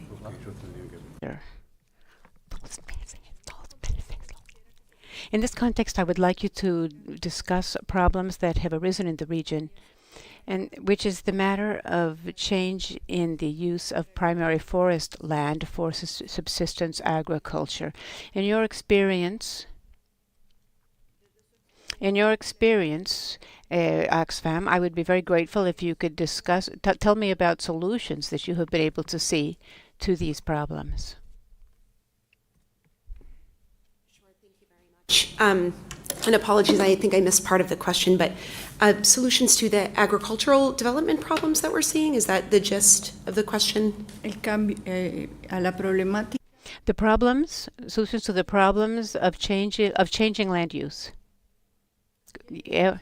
What solutions do you see for the problems of changing land use, especially primary forest land, for the purpose of promoting agriculture?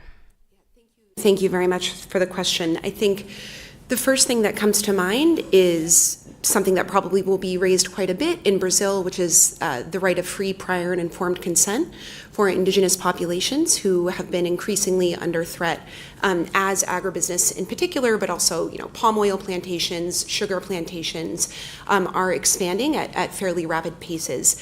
And we see that there is a lot of informally held land by indigenous communities where national governments might be failing to actually go in and give it formal title, which leads to a big legal gap. And so making sure that both private sector actors and public sector actors that are trying to acquire large plots of land are doing so with robust, free, prior, and informed consent, which is required under international law. I think that is probably first and foremost what we would really encourage. It's certainly something that the court has already done an excellent job in emphasizing in previous case law. So that is something that we would, really try to hone in on. I think, again, something I briefly alluded to in our remarks is that we do encourage intensive productivity increases, so boosts in agricultural productivity, but to the extent that this means that we're going to be relying more and more on monocropping and other types of acquisitions where industrial agricultural production is going to put all of our eggs in one basket, so to speak. So when there is a climactic shock, if there's a certain type of crop that can't withstand the new weather pattern or the new rainfall pattern, we aren't in as much trouble. So encouraging diversification of crops is also something that we consider very important going forward. And happy to expand on any of that further. Thank you. Muchas gracias. Thank you. We're going to take a break. At 5:45, we will return to wrap up today's session. Thank you. Please rise, and the court will leave the room.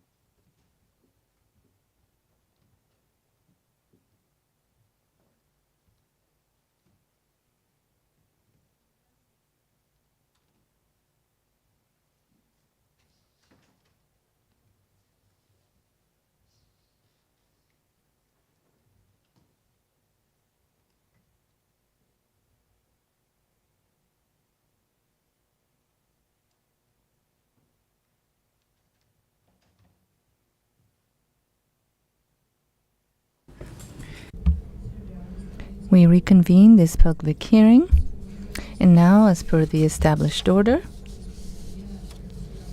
I give the floor to representatives of the Scientific Advisory Committee on the Coalition on Climate and Clean Air. Please proceed.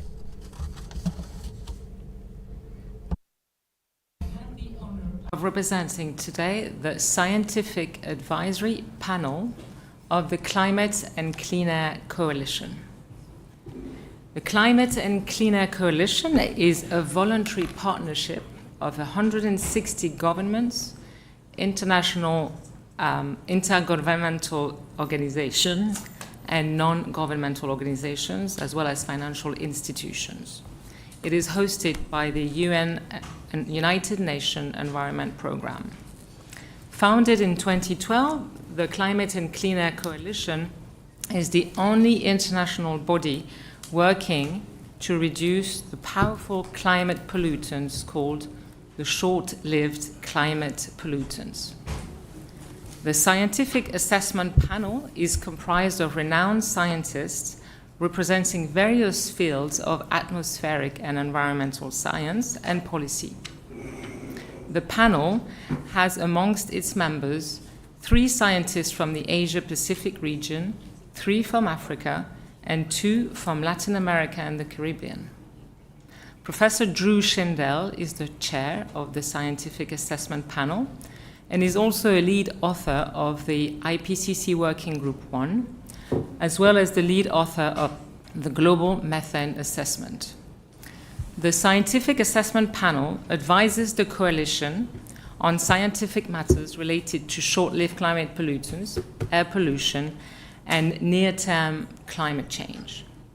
Now, the objective of the Scientific Assessment Panel submission was to contribute to the court understanding of why, in a climate emergency, speed matters.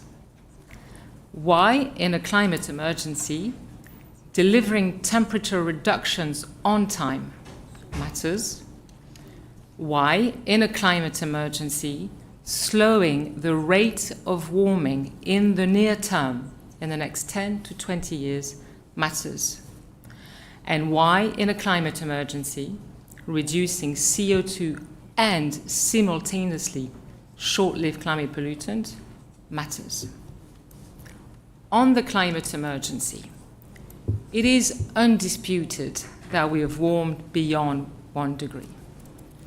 It is equally undisputed that warming beyond 1.5 would have devastating consequences in many places across the world, with potentially significant and irreversible impacts on society, infrastructures, cryosphere, oceans, climate. This includes negative impacts on agriculture production, marine and terrestrial ecosystems, as well as increased extreme weather events, increased sea level rise, higher cumulative sea level rise, increased risk of passing the thresholds for irreversible tipping points, like, for instance, the release of carbon dioxide and methane from the thawing of the Arctic permafrost. These impacts are the climate emergency. We need to keep 1.5 at secure bay. And we can only maintain global temperatures below 1.5 throughout the century, or with limited temperature overshoot, with deep reductions of CO2 to near zero, and simultaneously reductions of all non-CO2 short-lived climate pollutants. Because fast and immediate action on short-lived climate pollutants can avoid 0.6 degree of warming by 2050. 0.6 degree of warming by 2050 can be avoided. It can also avoid over half of the predicted warming in the Arctic by 2050, and significantly reduce the risk of triggering those climate tipping points. There are also multiple health, social, and development benefits to the actions of reducing short-lived climate pollutants, and therefore reducing short-lived climate pollutants will help meet the Sustainable Development Goals. So reducing short-lived climate pollutants in parallel to CO2 reductions will avoid an irreversible climate crisis. Now, what are the non-CO2 short-lived climate pollutants? Well, they are responsible currently for 45% of current warming. And while they stay in the atmosphere for a much shorter period of time than CO2, they also have a greater potential to warm the planet. the atmosphere. The main short-lived climate pollutants are methane, the refrigerants HFCs used in cooling systems, tropospheric ozone, which is the ground level smog, and black carbon. Now, many of these short-lived climate pollutants are or can form air pollution, therefore are harmful to people, ecosystem, and agricultural productivity. Black carbon is a component of fine particulate matter, PM2.5, and ground-level ozone contribute both to air pollution, being the leading environmental cause of premature death worldwide. Those short-lived climate pollutants also have adverse impacts on agriculture through temperature and rainfall extremes, as well as damaged by the tropospheric ozone. On methane specifically, methane is a very powerful greenhouse gas with a warming effect 80 times stronger than CO2 over a 20-year horizon. Methane comes from the oil and gas sector, leakages from the infrastructure. Methane comes from landfills, waste, and methane comes from agriculture, cows. Now, a global 45% reduction of methane can avoid in itself 0.3 degree of warming by 2050 and will prevent 255,000 ozone-related premature death from respiratory and cardiovascular disease, more than 700,000 asthma-related hospital visits, 26 million of staple crop losses, as well as 1 billion of lost hours due to extreme heat exposure. Now, for methane reductions, technologies are available, scalable, and affordable. And more than 60% of these strategies, of the control measures, have low or negative costs, with the greatest potential in the oil and gas sector. So, reducing short-lived climate pollutants can result in faster, near-term climate benefits than CO2 emission reduction. In conclusion, short-lived climate pollutants pose a direct threat to human rights, such as the right to a healthy and clean and sustainable environment. Fast and immediate reductions of short-lived climate pollutants can avoid 0.6 degree of warming, and therefore is the strongest plausible leverage to reduce the rate of climate warming in the near term. This is the best climate strategy we have to protect human rights. I thank you for your attention. Muchas gracias. I thank the representative of the Science Advisory Panel to the Climate and Clean Air Coalition. Now we will hear from the Latin American Coalition for Clean Air. You have the floor. Good afternoon, President and judges, delegations of the countries, organizations, and all. I'm Laura Mosquera, and here we're representing the Latin American Coalition for Clean Air, ALAIRE, which, based on different approaches, works on the quality of air and against the climate crisis. I will focus on 3 topics: the link between climate, the air, and human rights, and the need for effective responses to the climate emergency to be carried out. There's a clear link between air quality, the quality of air, and human rights. Short-lived climate pollutants like methane and black carbon warm the atmosphere and directly responsible for the climate emergency and the impact on human rights as a consequence of them, their presence. The their life is relatively short, as opposed to CO2 that may remain in the air for centuries. However, their ability to warm the air is much higher, and the potential of black carbon is about 500 times greater than CO2, whereas methane does it between 84 and 87 times faster or greater than over 87 years. According to the IPCC, short-lived pollutants are responsible for 80% of climate change. So focusing on atmospheric pollution may be one of the most effective measures to mitigate global warming over the short and medium term. This is not just a need for the climate, it's also urgent for public health in our region. Almost 7 million people die prematurely due to the effects of air pollution, both internally and externally around the world. And these pollutants contribute to this huge impact on health because they create more risk of diseases such as cardiovascular diseases, cancer, and respiratory diseases, and also bearing in mind the especially vulnerable populations such as pregnant women, children, etc.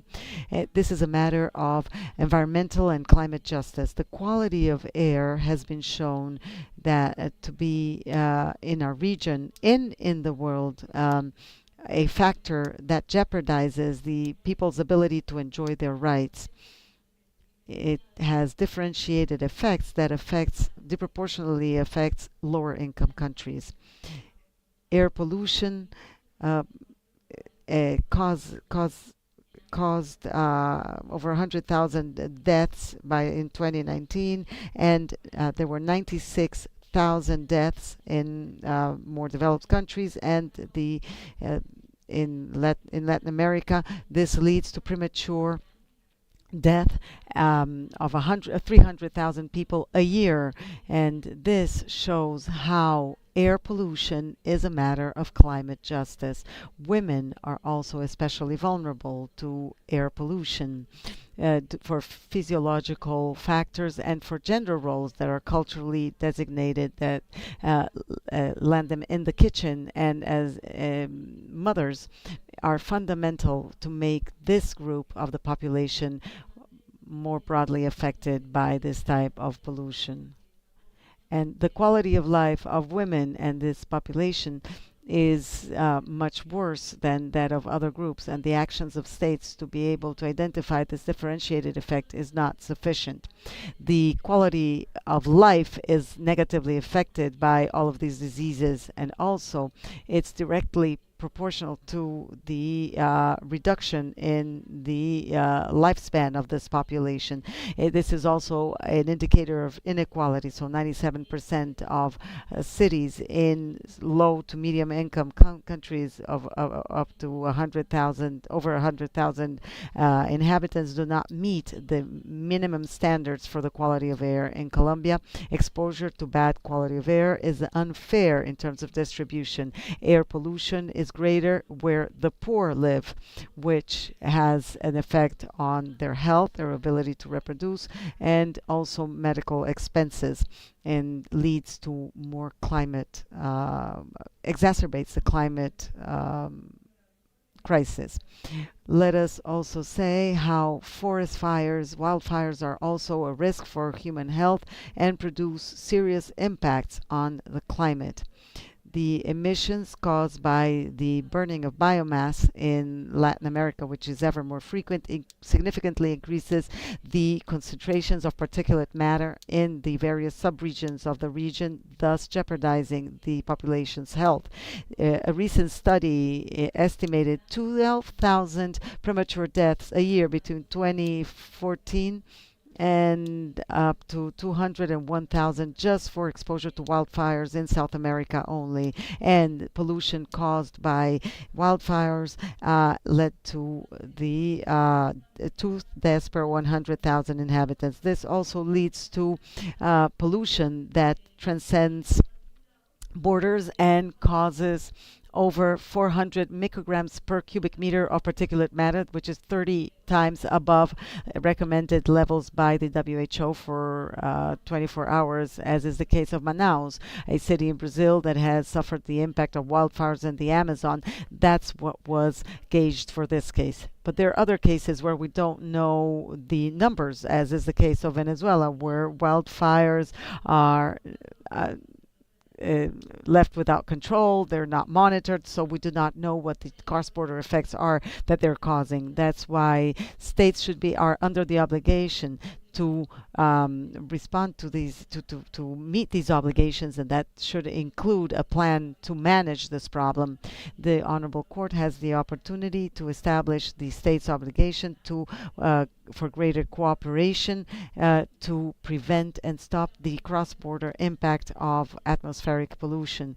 And this control must be done in a coordinated manner with climate action. Some people think that air pollution has nothing to do with the climate crisis, but we have seen in several rulings and cases that there is a clear tie, a clear relationship.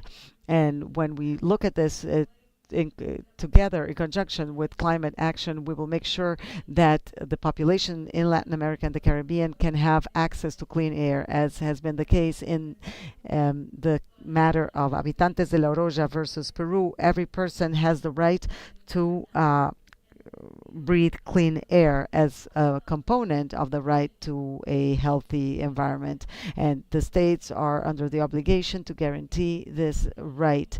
And that's why we request that you order states to monitor, measure, and report information about the conditions, the quality of air, and for different types of pollutants. This monitoring systems must monitor and publish data in real time. Oftentimes this is published a year later, which is too late to make decisions. And there must be the information must be published through mechanisms that are accessible to all stakeholders, so as to facilitate the government's decision making and also the changes in habits by citizens. And secondly, to have an inventory of short-lived climate pollutants and follow up to the measures in the action plans, climate action plans of the countries and their NDCs, in order to guarantee compliance with international obligations, duties, and also have stricter, more stringent air quality standard, thus limiting the presence of short-lived climate pollutants, starting with the waste sector, transportation sector, and others. And this should be there should be a roadmap for the national at the national local and regional level. For that, there should be actions taken to improve the quality of life in integration with climate action plans, decarbonization plans, and land management, and all under the Paris Agreement. These roadmaps must define when, what, how, with what resources, and which goals for mitigation and adaptation should be established to oversee and monitor more rigorously the activities carried out by individuals, companies, households, and institutions with a gender approach and one of gender equality. Whenever an authority is going to intervene in a household or a company, they don't have that in place. Sex to promote and invest in research about the connection between the climate crisis and the quality of air, fair energy transition and the quality of air, and also to have coordination between agencies working with the environment and health to adapt to climate emergencies due to the air pollution.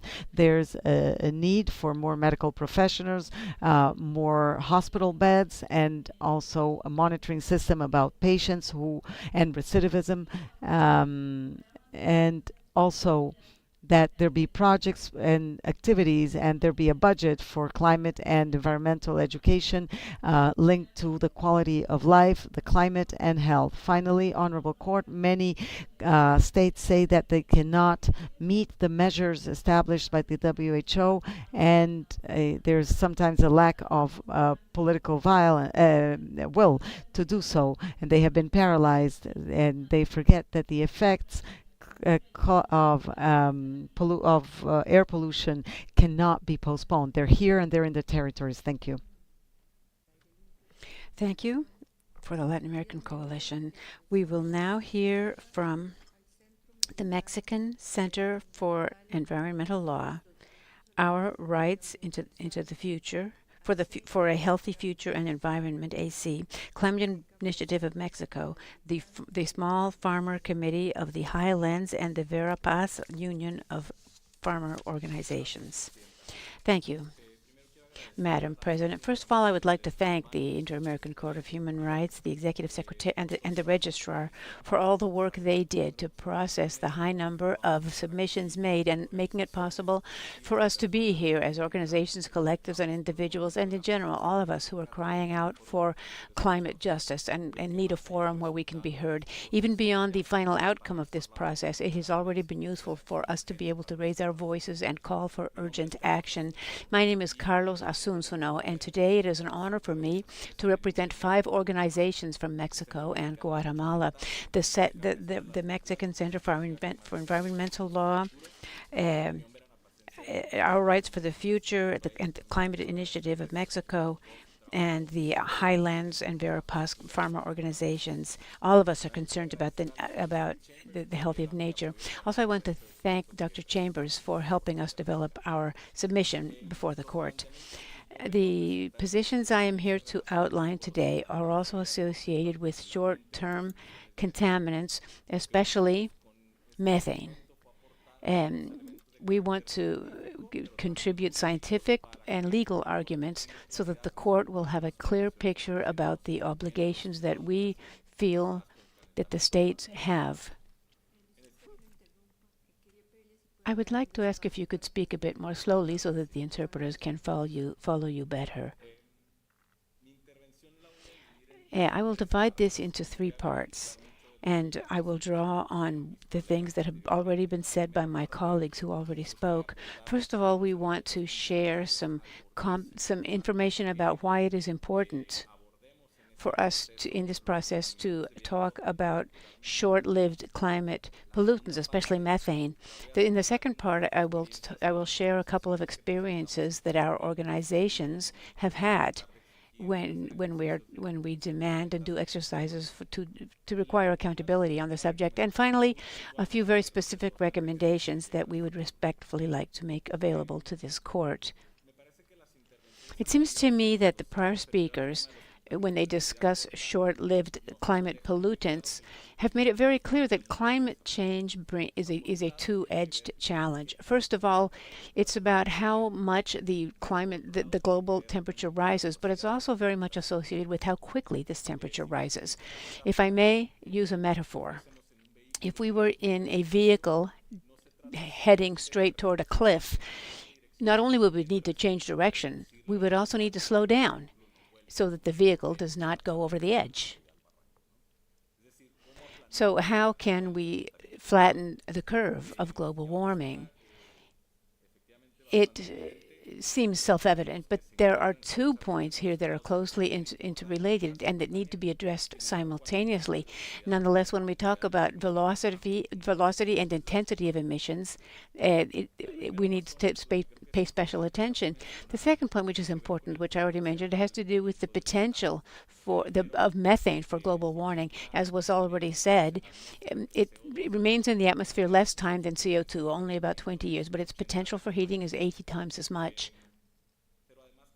Also, I think that it has, and there's a problem with the accumulation of temperature. Methane, based on the report of the IPCC from 2010 to 2019, these emissions were responsible for 0.51 degrees of the total 1.5 degrees observed in the global temperatures.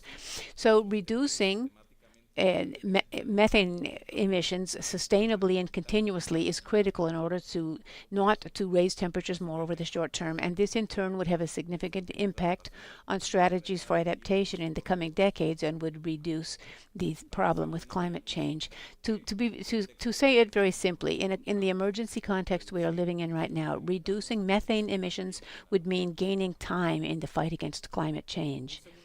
A second point about the importance of all this has to do with the consequences of methane emissions over the short term. The rising temperatures speed up climate change. Going to give the example of the Arctic, emissions of greenhouse gases because of the burning of fuels also affects the ability of the ecosystems to capture those emissions, and that in turn creates a vicious cycle of contributing to higher temperatures. Interfering with these processes of climate reproduction has makes it very difficult, and much likely that we will reach irreversible turning points.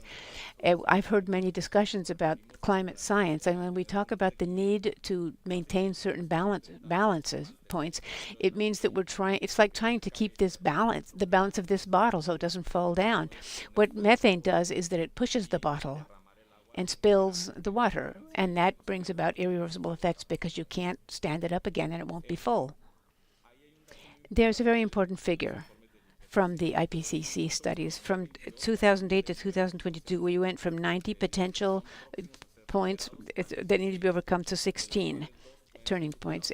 2 of these can be overcome with lower temperatures than we expected earlier. So the most important contributions of the 6th report of the IPCC is that moving from a high-risk situation to a very high-risk situation is directly associated with short-term climate change and short-term climate pollutants.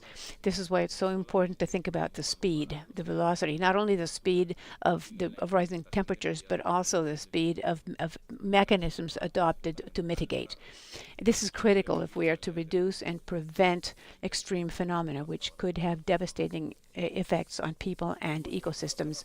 The 4th reason, which was already mentioned, is that there are methodologies and technologies available to mitigate methane emissions in the short term. And not only are they affordable, they are also profitable. So the question is why? Even though there is a broad scientific consensus about the importance of reducing methane emissions, and having technologies to do so, and knowing that the states have signed commitments for reduction, such as the Global Methane Pledge, which calls for a 30% reduction in emissions by 2030. Why, in view of all this, do we still see rising temperatures, and why are governments still failing to abide by their commitments? 2 cases I would like to describe, which help which organizations such as ours come up against when we try to demand an accounting. In the case of Mexico, some of the challenges we are facing, or the main challenge that we are currently facing, we as community organizations, when we try to do exercises for reducing methane, have to do with access to public environmental information. If the information is not transparent, if we can't get at it, then we will never know what's being done in order to meet international commitments for climate change. These challenges include, 1, involving who produces the information, and the discrepancy between the reports of national reports on GHG emissions and those developed by specialists and scientists based on satellite data. Mexico is underreporting 50% of its emissions due to the gas and oil industry. The second is the inability of the hydrocarbon industry to fit into categories, their ability to deny releasing any information about methane emissions. The third challenge has to do with avenues for gaining access to public information. Information should be available through simple, effective mechanisms for access to information, but instead we have to do it by litigation, because we are continuously denied access to information by responsible authorities, and we have to go to the courts in a setting where we do not have time for that. And fourth, environmental information is not being handled as a public good. In the case of Guatemala, there are a number of other factors that worsen the vulnerability of indigenous populations. First of all, Guatemala is a country that is one of the most vulnerable countries in the world to the negative effects of climate change, especially floods and hurricanes, which has a disproportional impact on indigenous communities. And at the same time, the imposition of extractive industries for producing energy are having an outsized impact on ancestral communities and their lands, and worsening climate change. To close, I still have 1 minute, I believe.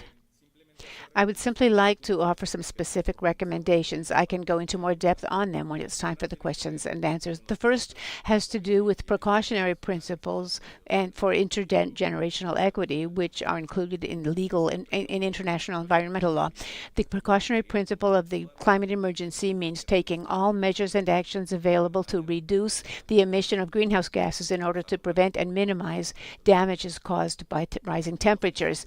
If we take seriously the risks of global warming over the short term, then we will need, and if we truly want to avoid reaching the tipping points, then the states must take speedy, effective action in order to reduce their emissions as a fundamental step toward reducing the likelihood of extreme events. The second area of recommendation is that the states must grant access to public information on the environment, especially having to do with short-lived contaminants. Access to public environmental information in a context of climate emergency must include the highest possible standards of protection, as we also see on public information concerning serious human rights violations and corruption cases.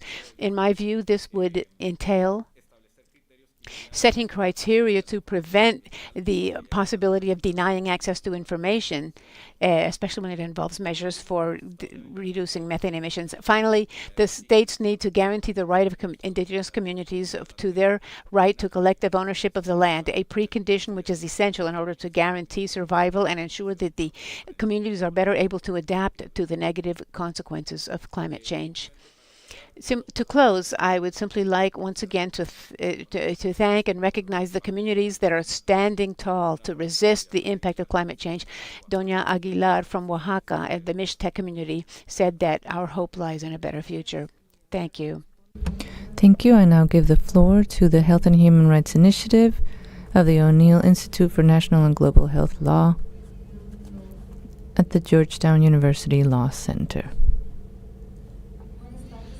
Good afternoon, Madam President, judges of the Honorable Inter-American Court of Human Rights, ladies and gentlemen. I am Isabel Barbosa, and I am Associate Director of the Health and Human Rights Initiative of the O'Neill Institute at Georgetown University. Representing the Institute, I wish to thank you for the opportunity of bringing the most important points of our written submissions. Honorable Court, scientific consensus on the current planetary crisis, marked by climate change, pollution, and a loss of biodiversity, is clear and emphatic. There is little space to doubt that global warming is altering climate patterns and leading to a series of phenomena that are gradual and extreme, and that threaten the full and free exercise of all internationally acknowledged human rights. Our submission wishes to highlight some of these impacts and explain how they influence the standards on the rights to health and adequate food, as well as the nature of obligations of the states.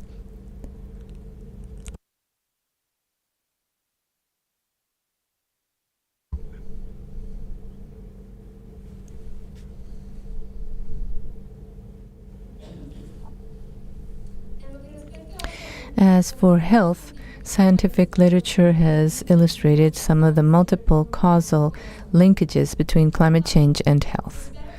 On the one hand, it is expected for meteorological phenomena linked to climate change to contribute to an increase of a wide variety of infectious or transmissible diseases as it influences key epidemiological risks such as exposure to vectors and food security and hygiene. Although the evidence is still developing, we have seen that climate change also affects the incidence and prevalence of non-transmissible diseases. This is because gradual and extreme meteorological phenomena can alter the environmental risk factors, such as exposure to carcinogens and conductual factors, such as a reduced physical activity, dehydration, and limited access to safe food. The World Health Organization has also alerted to how climate change makes mental health risks even more serious, which can lead to worsening a situation of people living with mental health issues and new developments that happen. These risks can be direct, especially after extreme events, or indirect when related with phenomena such as migration or a lack of access to food as a result of the climate emergency. The available evidence also highlights that certain groups effectively have higher levels of vulnerability and exposure to these dangers to health, both for their biological conditions and social conditions. All these effects have been well documented, and they have great repercussions to the standard of the content of the right to health. Our written submission offers an analysis of these impacts through 4 essential interrelated elements of this right. To cite some examples, climate phenomena and their consequences can affect availability of facilities, goods, and services related to healthcare, leading to scarce supply and excess demand. There can be damage to health infrastructure that can even be inoperable. On the other hand, there's greater need of healthcare for people. By overloading the healthcare systems, we can affect affordability of care and the physical accessibility of healthcare and establishments. Because of the disproportionate impacts of climate change, the element of accessibility with no discrimination is also particularly threatened. As to acceptability, climate change can also endanger the availability of food and medicine, traditional food and medicine, that are indispensable to ensure cultural belonging of health goods and services. Lastly, damage to infrastructure, pollution of water sources, and the overburdening of healthcare workers can lead to worsening of the quality of many of these goods and services. The gradual phenomena as well as extreme events both have great consequences for agricultural and livestock systems, critical to ensure a possibility of physical, social, and economic access to safe and nutritious food. It has been documented that climate change and its consequences have seriously threaten the production of food, which can also lead to the substitution of traditional crops. In these contexts, we've seen an increase of ultra-processed foods. As with health, the impacts are greatly felt and most felt by populations living in vulnerability. The effects of climate change can also be translated into clear adverse impacts on the content of a right to adequate nutrition.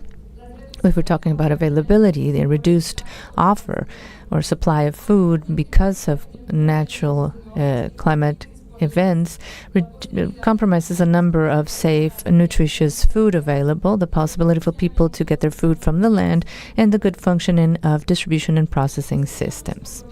These changes, in turn, compromise physical accessibility and affordability of food for all the population, with a disproportionate impact according to purchasing power.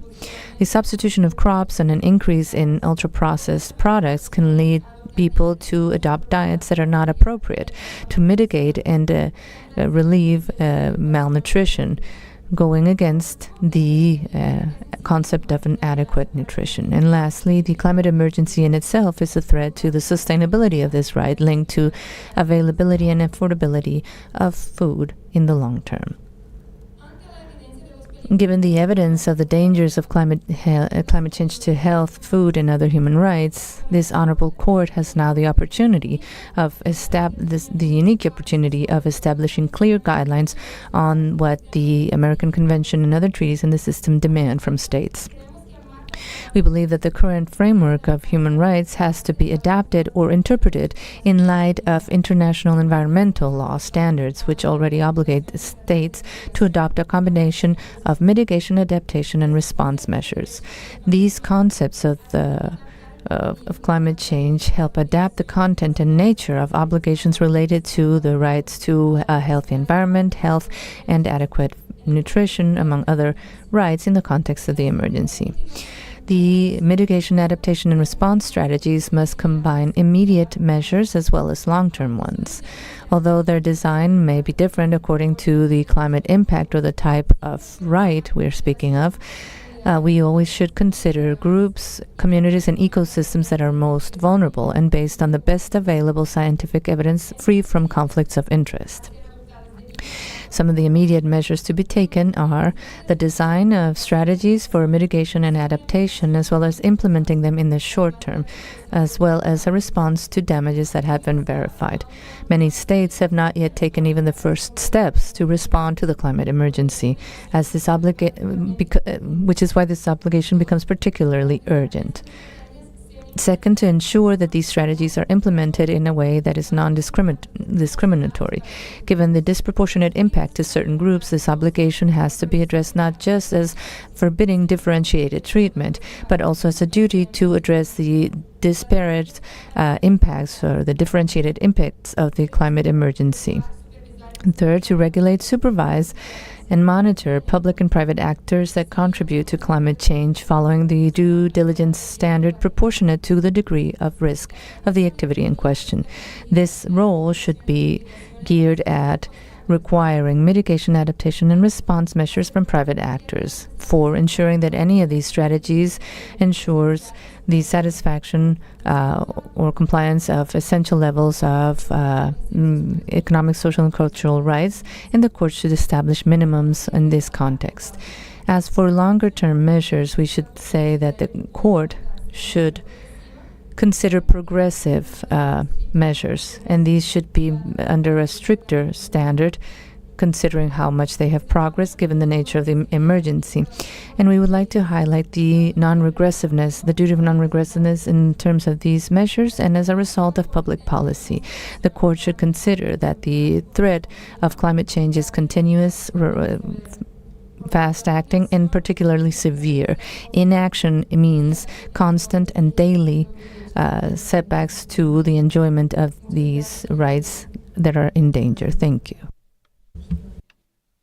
I'd like to thank Georgetown University Law Center. Next, I recognize Romina Reckers and her research team. Thank you, Madam President, honorable judges of this court.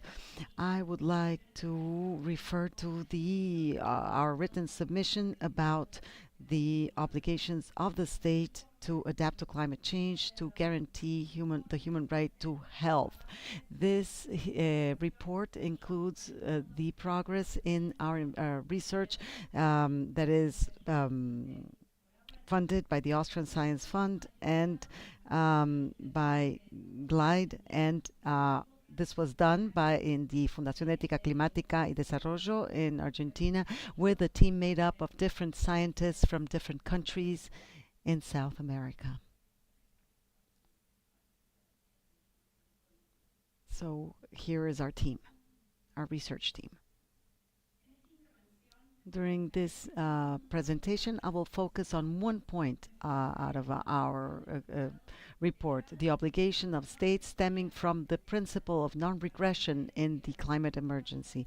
I will argue that the climate emergency means that there is a lack of adaptation policies and that this violates the principle of non-regression in the right to health. The 6th report of the IPCC identifies 11 categories of climate-sensitive diseases and impacts on health through direct trajectories such as heat waves, or indirectly through vector-transmitted diseases such as mosquitoes. In the Americas, we already face significant impacts of climate on health, but the policies linking health to climate change are very few.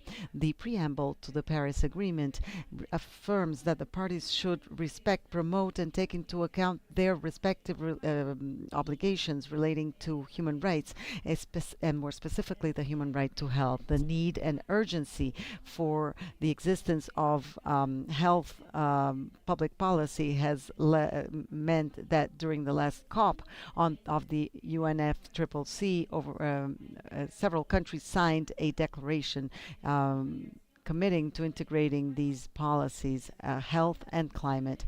And there was a recognition of the right to a healthy environment in a resolution, and the same was done by the UNGA in 2022 through a resolution as well.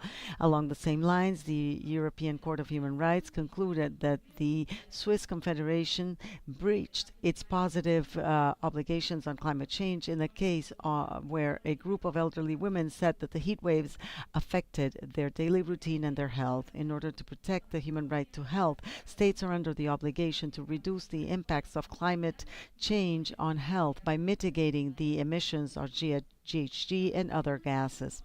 The reduction of emissions also, as we heard from previous speakers, leads to major side effects for health, including respiratory diseases. I'm not going to focus on mitigation, but rather on adaptation here, and I will talk about climate, ethics, and justice to talk about the need to adapt to protect the human right to health. In order to protect the human right to health, states are under the obligation to realize it in a progressive manner. Does this mean that that is sufficient, or is the appropriate framework to broach this issue? The states are under the obligation not to reduce the duty to protect, and the principle of non-regression includes this issue of protection levels not being reduced, but breaches can occur through omissions as well. When does this happen according to this interpretation?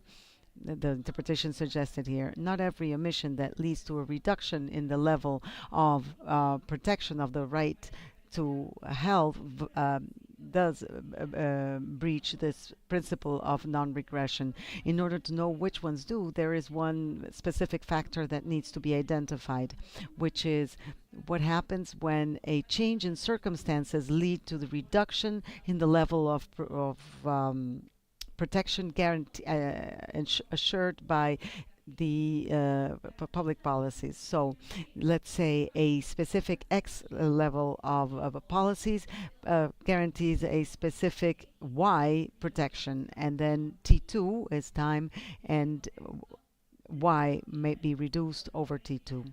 There is a violation of the principle of non-regression when a country does not implement the necessary policies to guarantee a Y level of protection, meaning before the change in circumstances. We are not suggesting that all human rights violations and the failure to protect the human rights to health in the face of climate change should be construed as a violation to the principle of non-regression, and that this is the only threshold.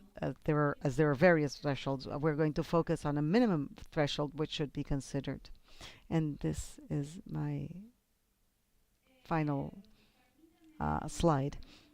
Let me explain how we reached this point. Stephen Gardner, in his book, said that climate change is a perfect moral storm. As was suggested by previous speakers, the climate emergency also implies a perfect legal storm, but a legal storm where we should not do away with democratic institutions and practices and the rule of law, but rather find out how to rely on our resources, institutional, political, and legal, to face this crisis. In order to face the challenges brought about by the climate emergency, we need to rely on ethics and climate justice.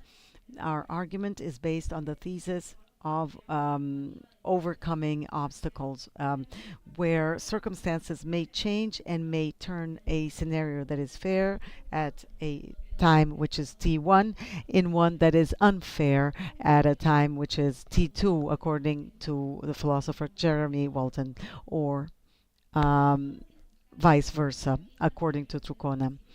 What are the circumstances that lead to guaranteeing the principle of non-regression in a situation involving adaptation?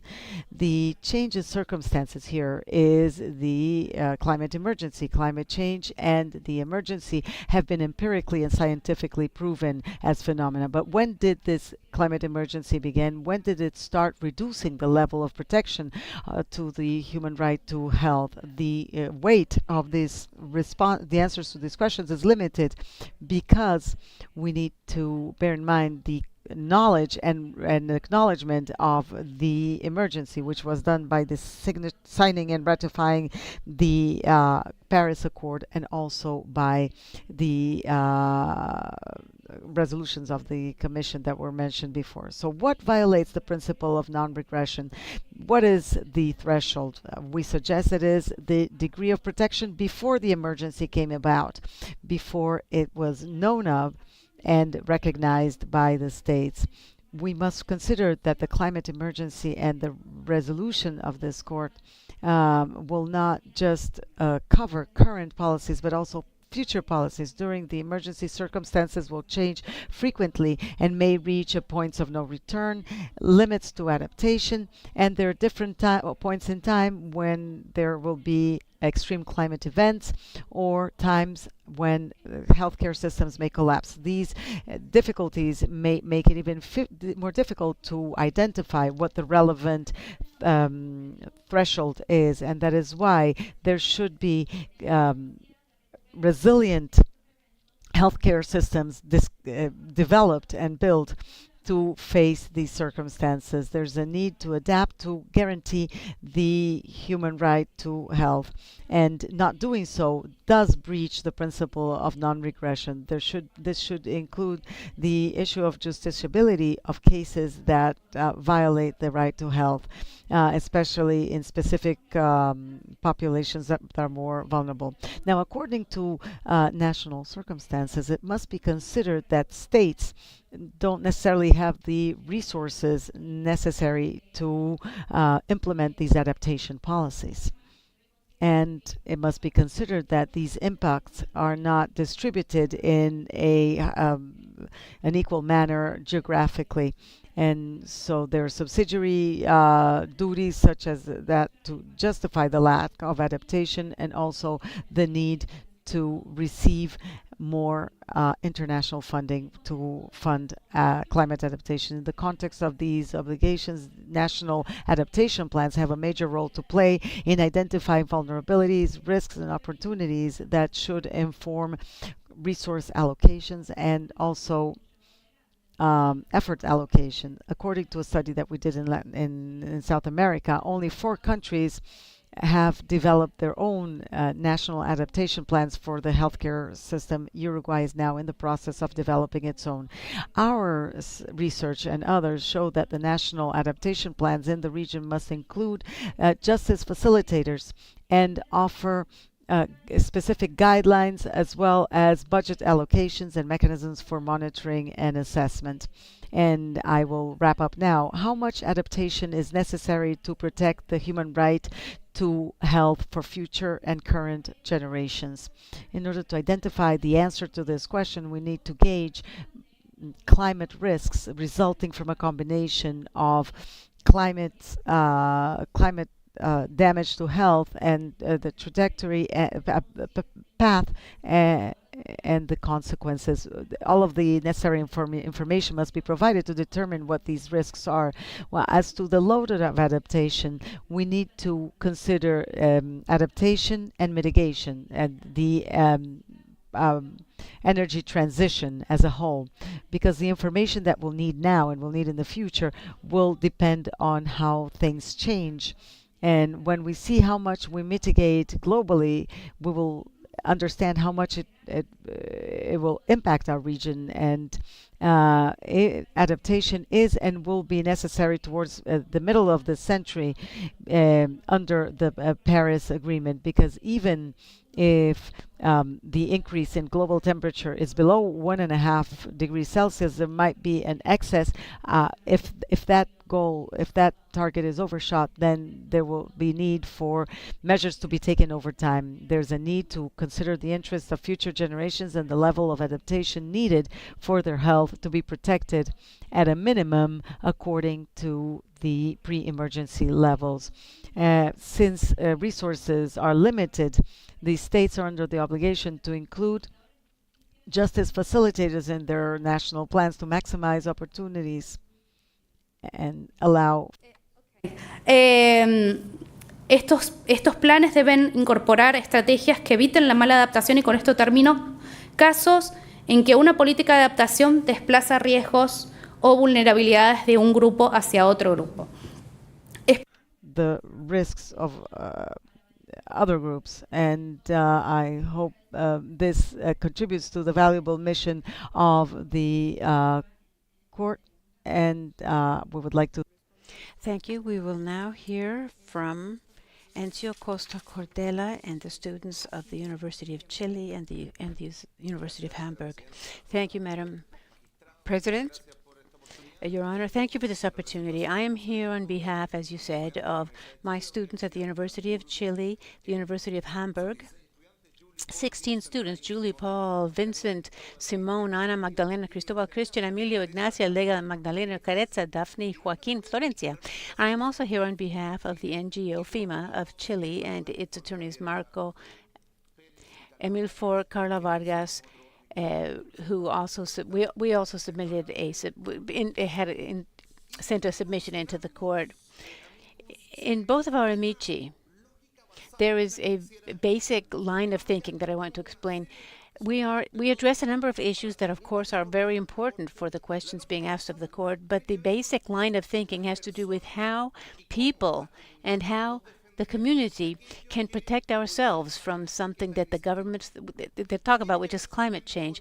It is not a question of just how to make the states protect us, but also how we ourselves can make our own power felt, our established power, but also the power of each one of us and of the community.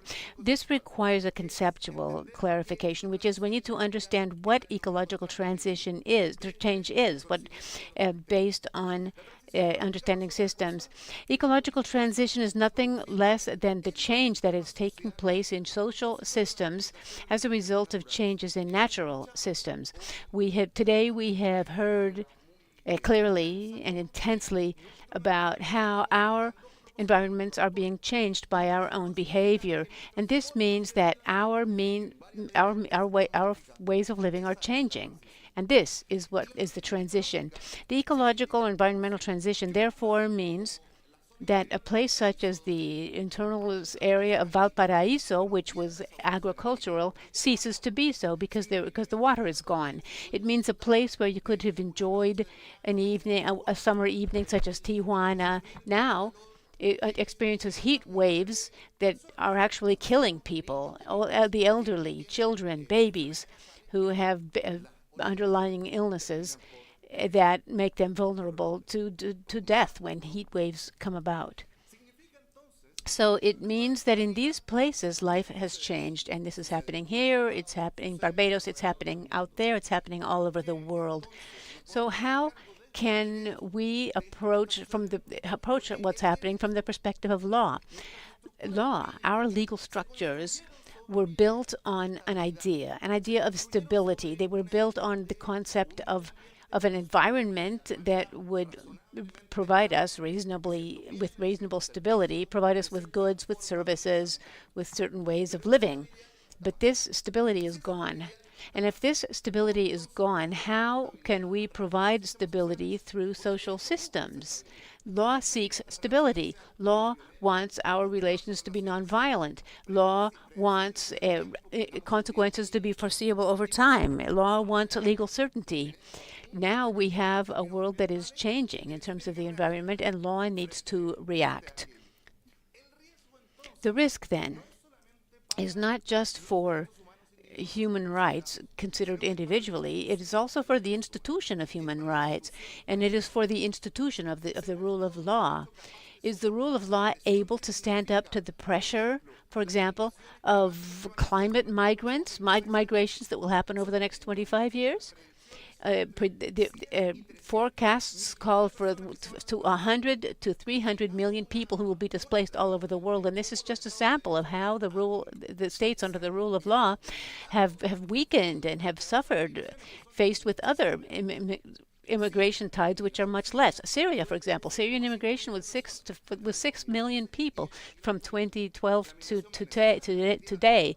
Venezuela, which of all the countries of Latin America are heavily stressed because of it right now. Nearly 8 million people have migrated from 2015 to until today. According to the World Bank, there will be 240 million people moving because of the climate crisis in coming years. So it is not just the question as to how we will meet the fundamental rights. It is not just a question as to how the states will protect, but rather there is also a question as to what we can do so that all these institutions that we so value will continue to exist and will continue to lend us stability and a reasonably peaceful existence, especially in this part of the world where, in fact, we do have a reasonably peaceful life. The pressure on these social systems, among other things, includes the risk of disaster. And the risk of disaster is something that needs to be incorporated into the frameworks for adaptation. Adaptation to the climate crisis is probably one of the most fundamental issues that the states must undertake. But they need to do so, and this is our point, not only seeing right by right how each one individually is associated with climate change and how we can reinterpret them one at a time. Instead, it needs to be done holistically. We need to understand that the adaptation we want would make it possible for all of our structures to continue coexisting peacefully and prosperously. Measures of transition, therefore, are not only those measures that we normally hear discussed as transition. There are many minds and a great deal of money placed on how we can transition from fuel-burning automobiles to electric automobiles. But these electric automobiles will not help us keep our social systems from collapsing. They will certainly help the automobile industry, but they will not help us prevent disasters in Latin America or in the Americas and the Caribbean altogether. So how can the states find ways to adapt to this new reality? This is a question that calls for a perspective of justice, of distribution. And this perspective of justice is based on the whole idea of fair transition. And the principle of fair transition would make it possible for us to shed light on the ways that the differences between people and between sectors could influence the way they adapt or influence the way they are hurt by climate change. Fair transition, therefore, is something that I would ask you, ladies and gentlemen of the court, to include in the text of your advisory opinion. Those policies that our states create in order to adapt to the climate crisis, in order to prevent disaster, could be policies that incorporate the view of justice. And that means not just pointing to cultural, economic, and social rights. Those rights will certainly be hurt. We've seen that they're being hurt, but there will also be pressure on other rights. The right to property, for example, the right to economic freedom, political rights, as I said before, as a result of the way the rule of law defends itself from this problem that we are experiencing, how the rule of law can survive this transition. We as human beings have much to say about this. For people, I think that it's absolutely necessary to set a framework for access to justice that is as broad and comprehensive as possible. Not a framework for access to justice that only considers direct damage, but also a framework of access to justice that above all takes a look at the omissions that the states will commit during this time. The risk of omission is enormous. Today, omitting means that in some niche, in some sector, in some corner, there is a an ungoverned environmental transition. And if it's ungoverned, it will unquestionably hurt people who are more vulnerable. Generally, it would be those who have the money to do so will be able to adapt. Those who have the power will do it, but the rest of us will not. Systems will achieve balance in any case. The social system will balance out with the natural system because that's how things work. But that balance, for example, may be what happened in Monte Patria, in my own country, where people left Monte Patria because there was no more water. They could not continue farming, so they left. That's a balancing. That's a balance. The environment is now balanced because there's no more pressure for using water. But that's a point. That's a balance we do not want to achieve. And in order not to let that happen, the states must consider how to carry about fair transitions in every geographic sector and every productive sector of every country. I want to talk about the specific requests. I think it's important for this court to make reference to the climate crisis as when it discusses the rule of law. I think it's important for this court also to talk about the need for us to defend the rule of law. Nowadays, we have many state budgets at the service of defense, of stability and security for the countries. This is an area where investment also needs to be made. This is an area where the countries truly are at risk. And there also needs to be close monitoring of measures of adaptation that are both those that are led by the states and those that are not, because not all measures are led by the state. I would like to close, I only need one more minute, with a verse from a Chilean poet, Nicanor Parra, in his poem, The Business of the Modern World. As has been demonstrated, the modern world is made up of artificial flowers that are cultivated in certain glass vases. It's made up of movie stars and boxers who fight under the moonlight, men and women who control the economic life of countries using certain mechanisms that are easy to explain. They dress in black, just like the coming autumn, and they have roots, and this includes the wise people that are devoured by rats, and noble weapons are persecuted by the police. This honorable court has always been essential so that noble souls are not being seen and the wise are not being eaten by the rats. Let us not allow these people to continue having power, or those who will, and that only artificial flowers await us in the future. Thank you. Thank you for your intervention, and now we have the block of questions by the judges of the court. Judge Perez Goldberg, do you have questions? Yes, I do. Please proceed. Thank you. Thank you to everyone. To be brief and keep to the time, I will just ask a few questions to the representative of the Intergovernment Panel. You referred to something we have heard by other interventions as well, which is related to the short-lived climate pollutants. And particularly, I have a question on a note I wrote down here. It was striking to me. You said that, I'm not sure if I understood if it was 45% of global warming can be attributed to these substances, or is it that they correspond to 45% of emissions? Could you please clarify?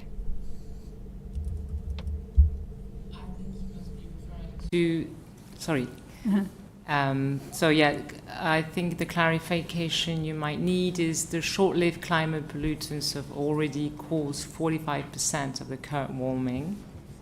And yes, might be misleading, as further on I said that a global 45% reduction of methane, which is only one of the short-lived climate pollutants, can avoid 0.3 degree of warming by 2050. I hope that clarifies that point, but recognize the two numbers might be confusing. Yes, thank you. perfectly. Thank you. So in that same line, along those lines, because the incidence of these contaminants, of these pollutants has a strong relationship to global warming in the way that we have seen and heard from others in their submissions. I would like to, from a scientific perspective, for you to make the connection between these short-lived climate pollutants, or the presence of these pollutants, and transport overall. Because what you said in the beginning of your submission is that there is an urgent need to act quickly with the implementation of the recommendations. And considering that these recommendations are for the medium and long term, but others are near term. So from the point of view of the findings of the panel, it would be important to understand how the presence of these pollutants is related to transport overall. So the way transport is developed today, how much does it contribute to short-lived pollutants, and what are the most effective measures to reduce that? I am thinking particularly not just in the medium or long-term measures such as modifying the energy grids or the power grid, but more specifically measures such as implementing telework or remote work, other quick measures that could complement these more structural measures. I hope I was clear. And if you don't mind, I'll give you a quick answer and ask for the authorization for the scientific assessment panel to respond in writing with further details, because I can only relate to the black carbon emissions are, yes, related to the transport sector, but in being very specific in answering your question, if you don't mind, I'll request the authorization to answer in writing. No hay ningún problema. No problem, thank you. Any further questions? No, thank you. Gracias, pregunto la juez. Thank you, Judge Veronica Gomez. Yes, Madam President. First of all, and briefly, Romina Reckers.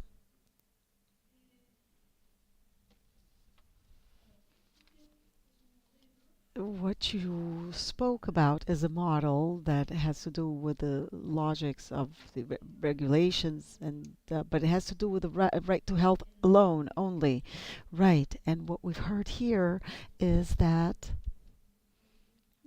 throughout the day we heard of a consensus that there should be a holistic approach that what we need when it comes to this climate emergency. So why does your model, and briefly focus on that specific point only?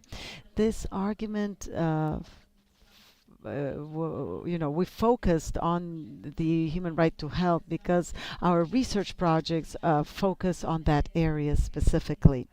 But I needed to clarify, and I didn't. I failed to clarify that it can also be applied to other rights, and also jointly with other rights, together with other rights, and also when taking stock, when there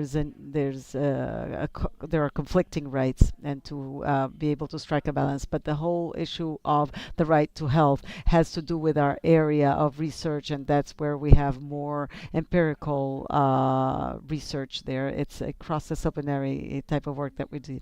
I was struck because it seems to focus on the people's right to health. And when it comes to the environment, I mean, we're trying to see whether we have to analyze the health of other species, microorganisms, and everything that makes it possible for us to have water and clean air, etc. The second question is for Isabel Barbosa. In your written submission, of the Law Center of the University of Georgetown, there's something that was touched upon just briefly, which is third parties, non-state actors. And we haven't talked much about that yet. So I felt that in your text, you were suggesting that there should be self-regulation, that there were two strategies, and it says businesses must have mechanisms to address climate-related human rights violations. And the other one is extra-fiscal policies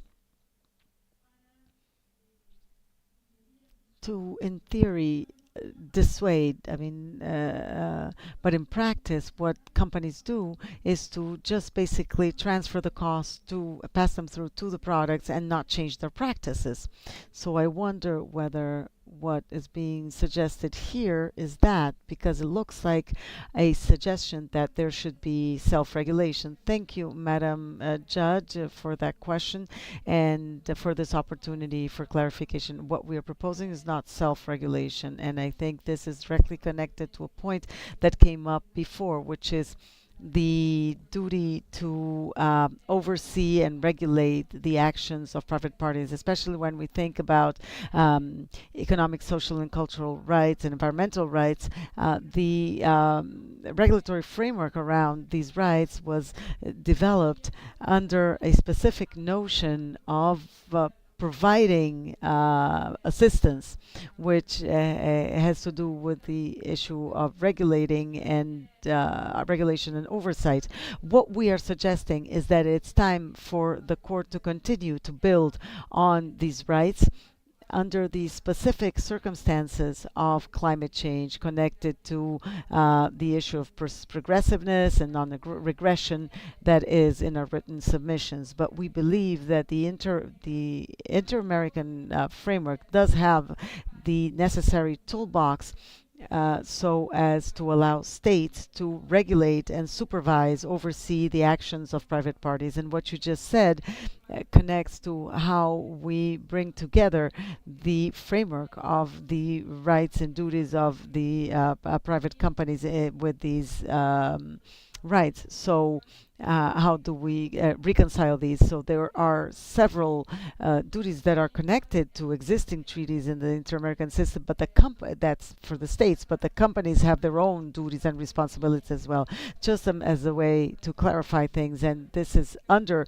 the guiding principles for the companies, but we believe that self-regulation is insufficient and that states are under the obligation to oversee and regulate, and that was necessary. Yes, and my final question, I promise, and this is for Mr. Susolo and for the professor.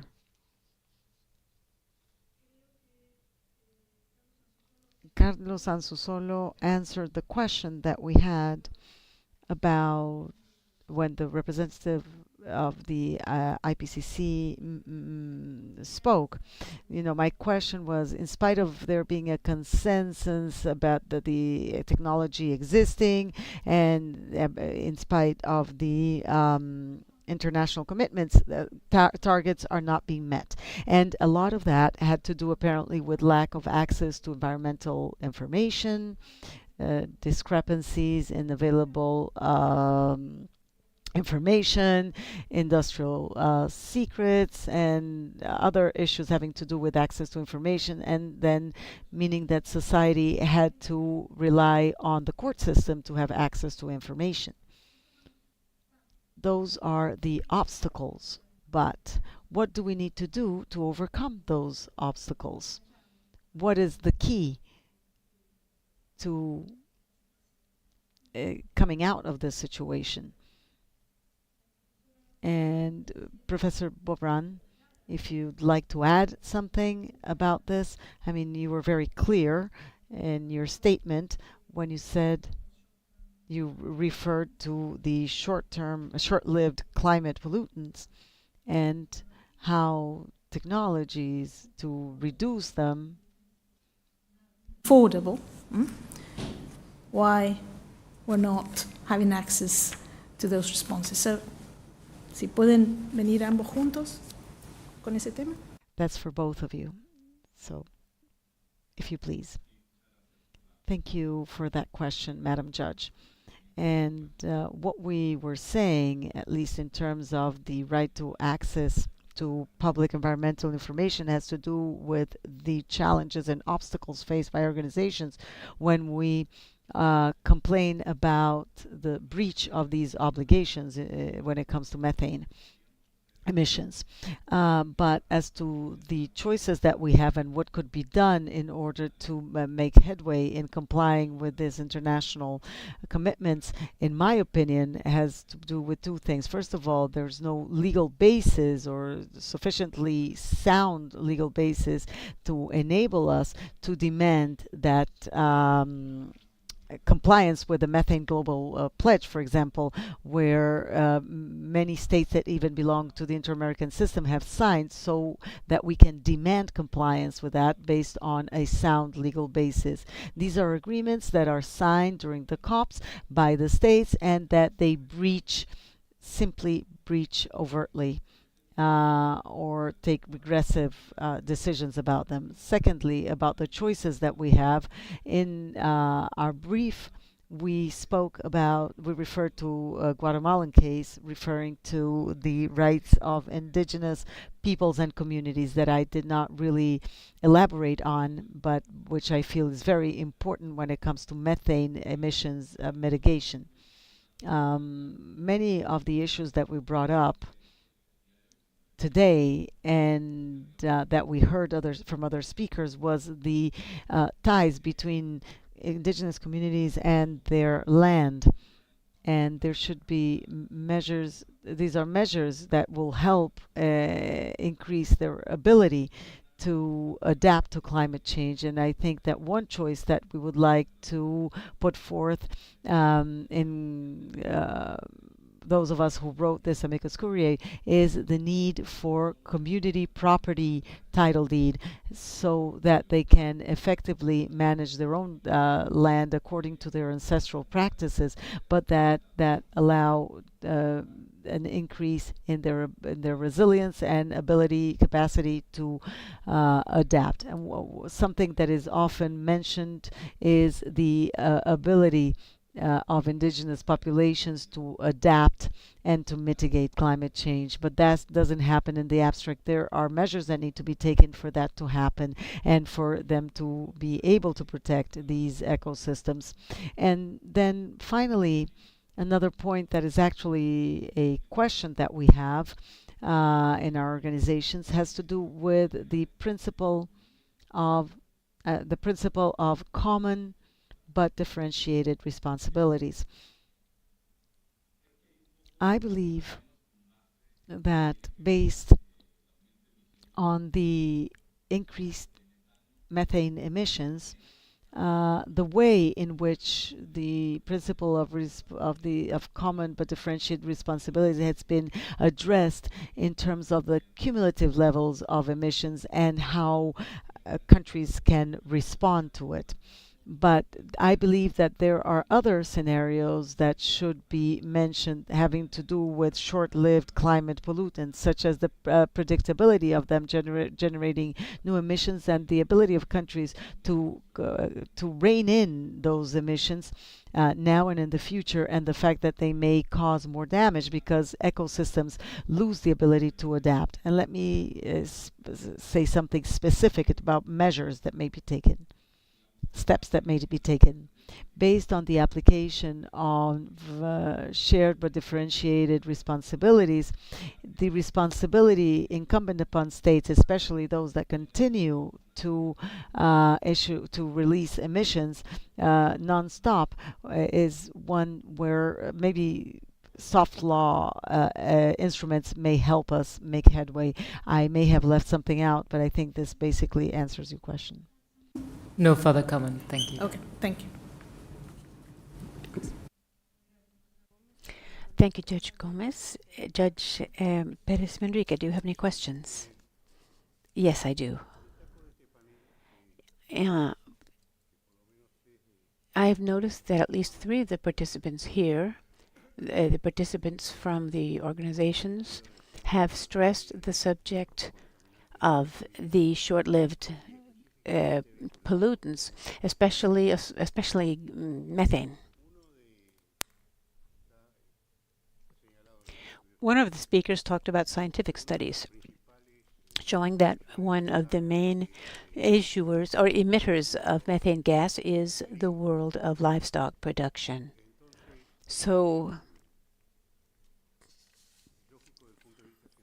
scientifically speaking, it would make sense to think that if we are faced with a contaminant, a short-lived contaminant, which has an enormous impact on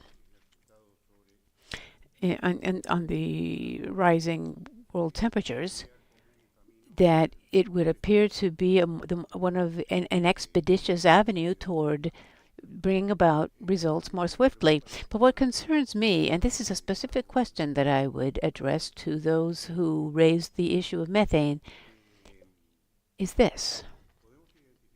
Can we identify in the world large-scale beef producers, for example? They're all over the world. There is an enormous number of people who have subsistence herds that they depend on. So what is the principle of equity in this proposal?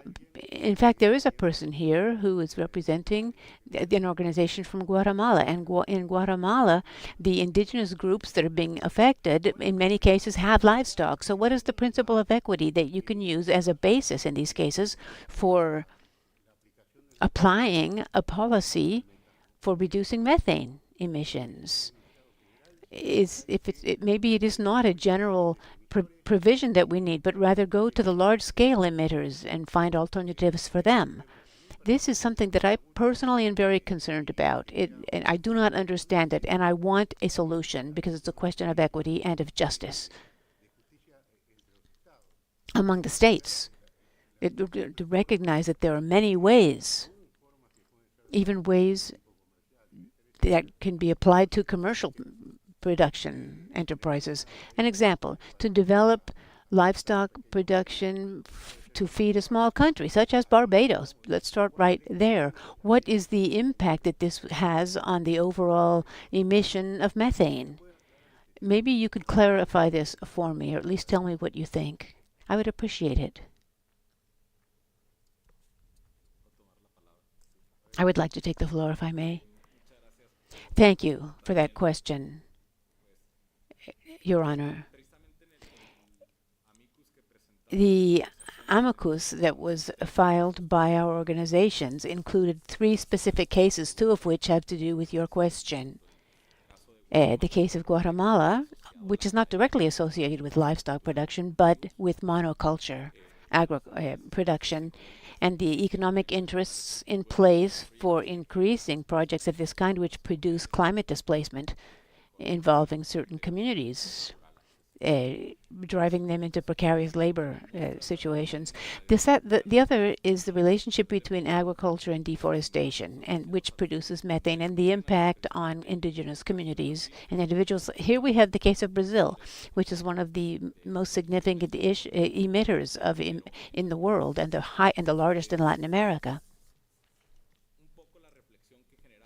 What we were thinking, at least in our submission, and the alternatives for applying this principle of equality vis-a-vis the responsibilities and practices and emissions, from our view, it would involve the alternative of declaring new conservation areas which would where livestock could not be produced, at the same time recognizing the right to property for indigenous peoples and communities, which is an important public policy for them to be able to guarantee the management of their territory in ways that are in harmony with the climate. So perhaps to generate or development instruments or legal mechanisms for resistance or for defense would have to do with very specific protection of the community property rights of indigenous people in their territory, which would make it possible for them to use their own management methods, and in this way address their corporate needs. Thank you. Does anyone else have an answer? No. Do you? Go ahead, please. Yes, the problem of the climate crisis that we have decided to call a crisis instead of climate change, because climate change has been around ever since before the human race existed and will continue after we're gone. So when you talk about crisis, it means that our action, as someone else said, is what deepens or worsens or intensifies the system, placing more pressure on it. So here what we're talking about is the problem of scale. And for that specific question, we would need to figure out what the scale of production is and how these scales are not encouraging sovereignty over land, which is one of the conditions and the philosophical and ideological foundation between having production for supporting small communities, and not only as a benefit, an economic benefit for export, large-scale production. And so we need to take a closer look at which countries are producing more, which are producing less, which are making better decisions to bring about food sovereignty, especially in rural territories. Very often those who produce beef are the ones who eat the least beef. So it's not just a question of because beef has an economic purpose. The other one has to do with large land holdings used for livestock production or producing other things that are not adapted, or there are no incentives for them to use mechanisms that would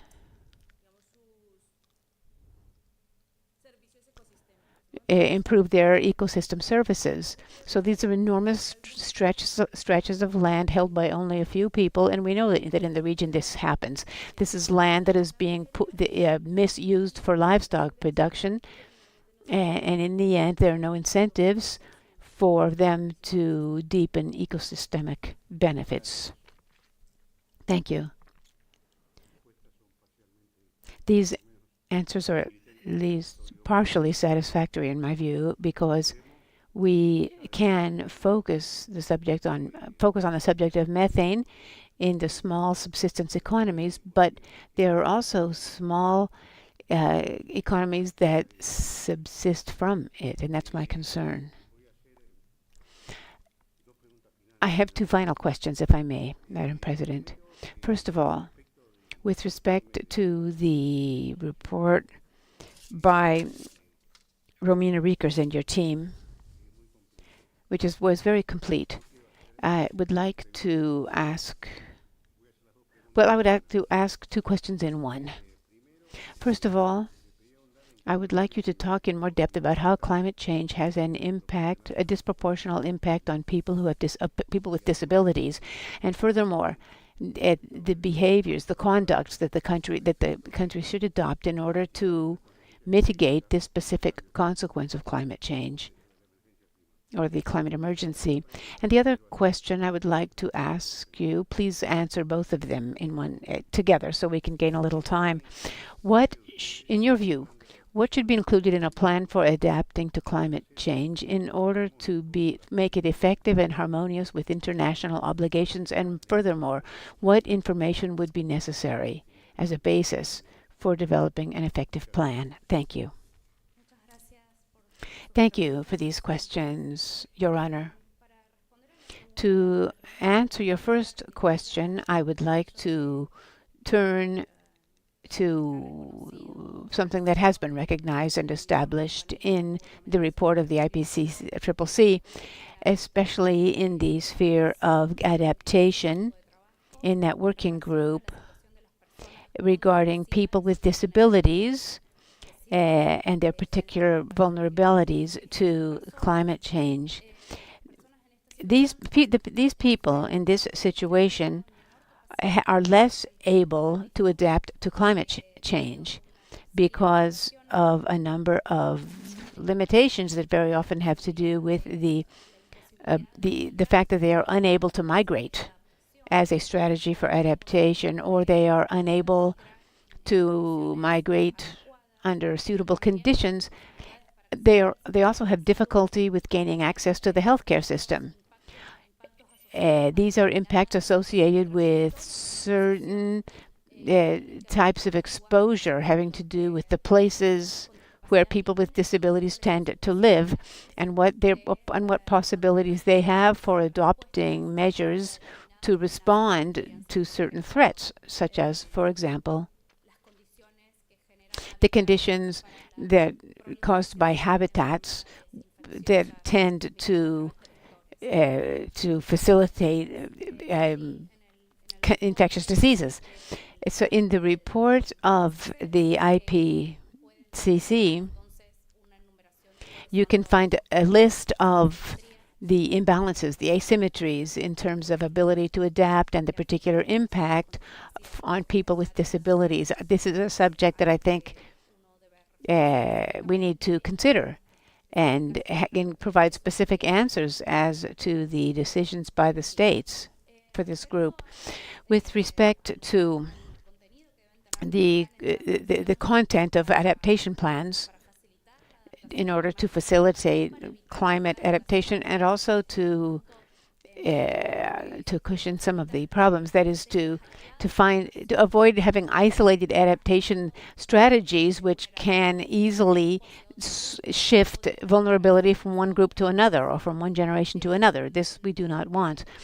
So I think the main thing, there are many guidelines about how these plans for adaptation should be developed, and there is also advisory assistance available in the framework of the United Nations and also the WHO for developing these adaptation plans. There are also justice facilitators that are very important.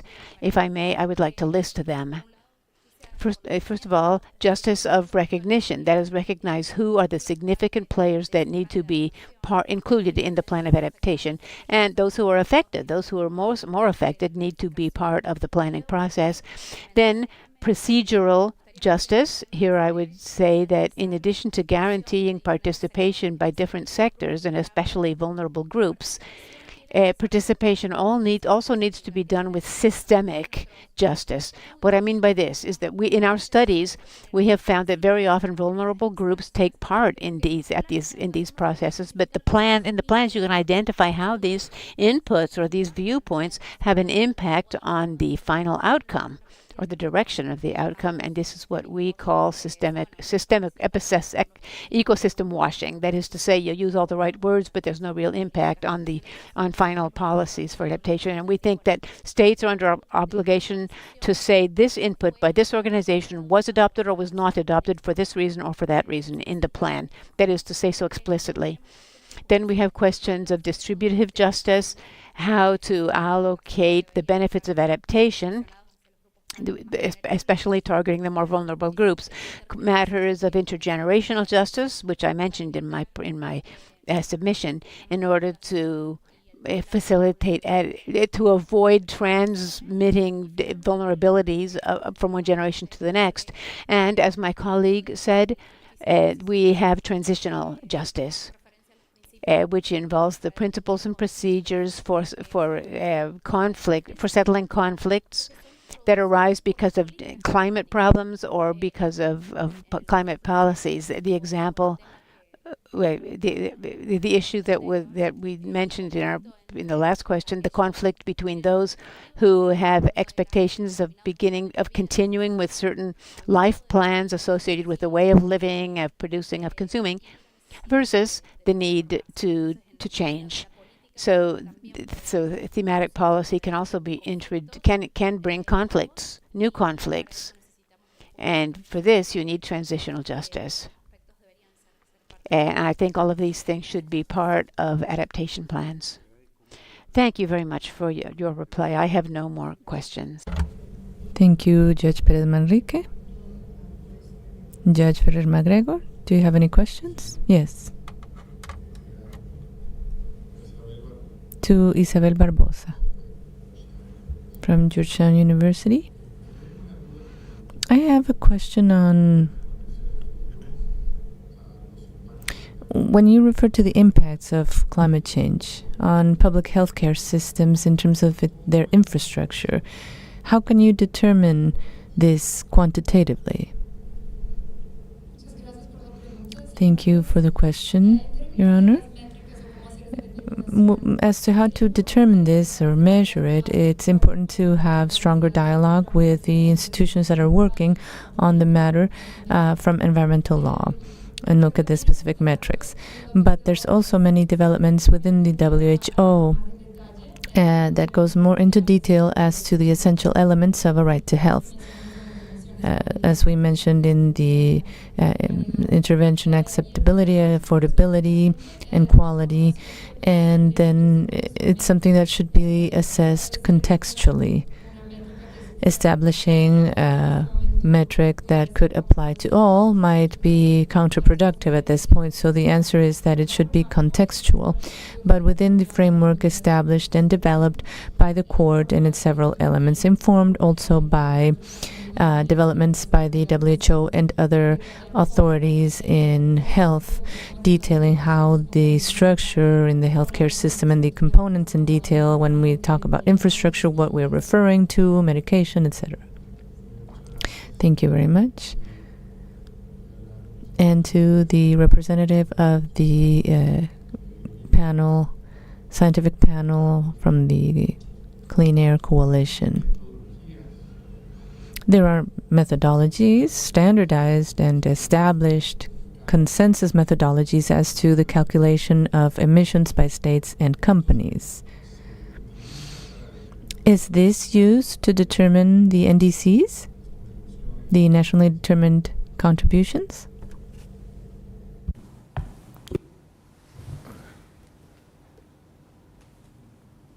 I will respectfully ask you to allow me to join that question with the sector emission question previously asked, and ask the scientific assistance panel to submit his response in writing, if that's okay with you. Thank you. Es todo. That is all. Thank you. Thank you, Judge Ferrer. Thank you, Judge Ferrer. Judge Vice President, do you have any questions? No, Madam President. I do have a few questions for the Science Advisory Panel to the Climate and Clean Air Coalition. Could you elaborate a bit further on the specific measures to reduce the magnitude of methane emissions?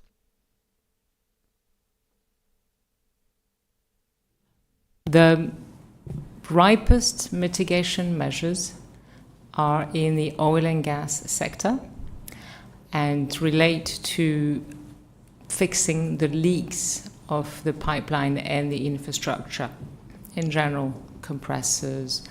So that's that type of measures that we refer to when they say they are low and negative technologies, cost technologies, because the return on investment is pretty good for the oil and gas companies.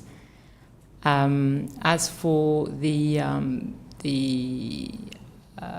agricultural sector, we recognize it's the sector in which the technologies are less ripe, as in affordability, scalability, replicability is globally very different from regions.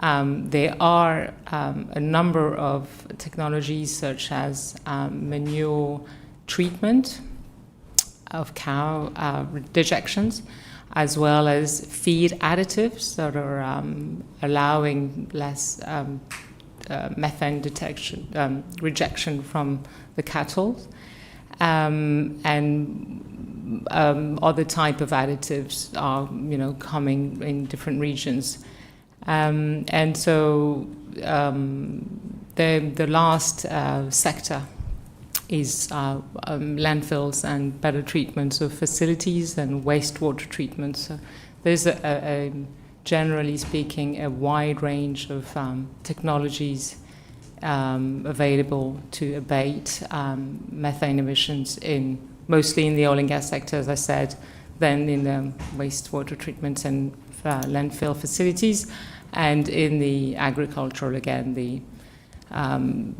those sort of technologies are less replicable at the moment. Thank you. Thank you. I have no further questions.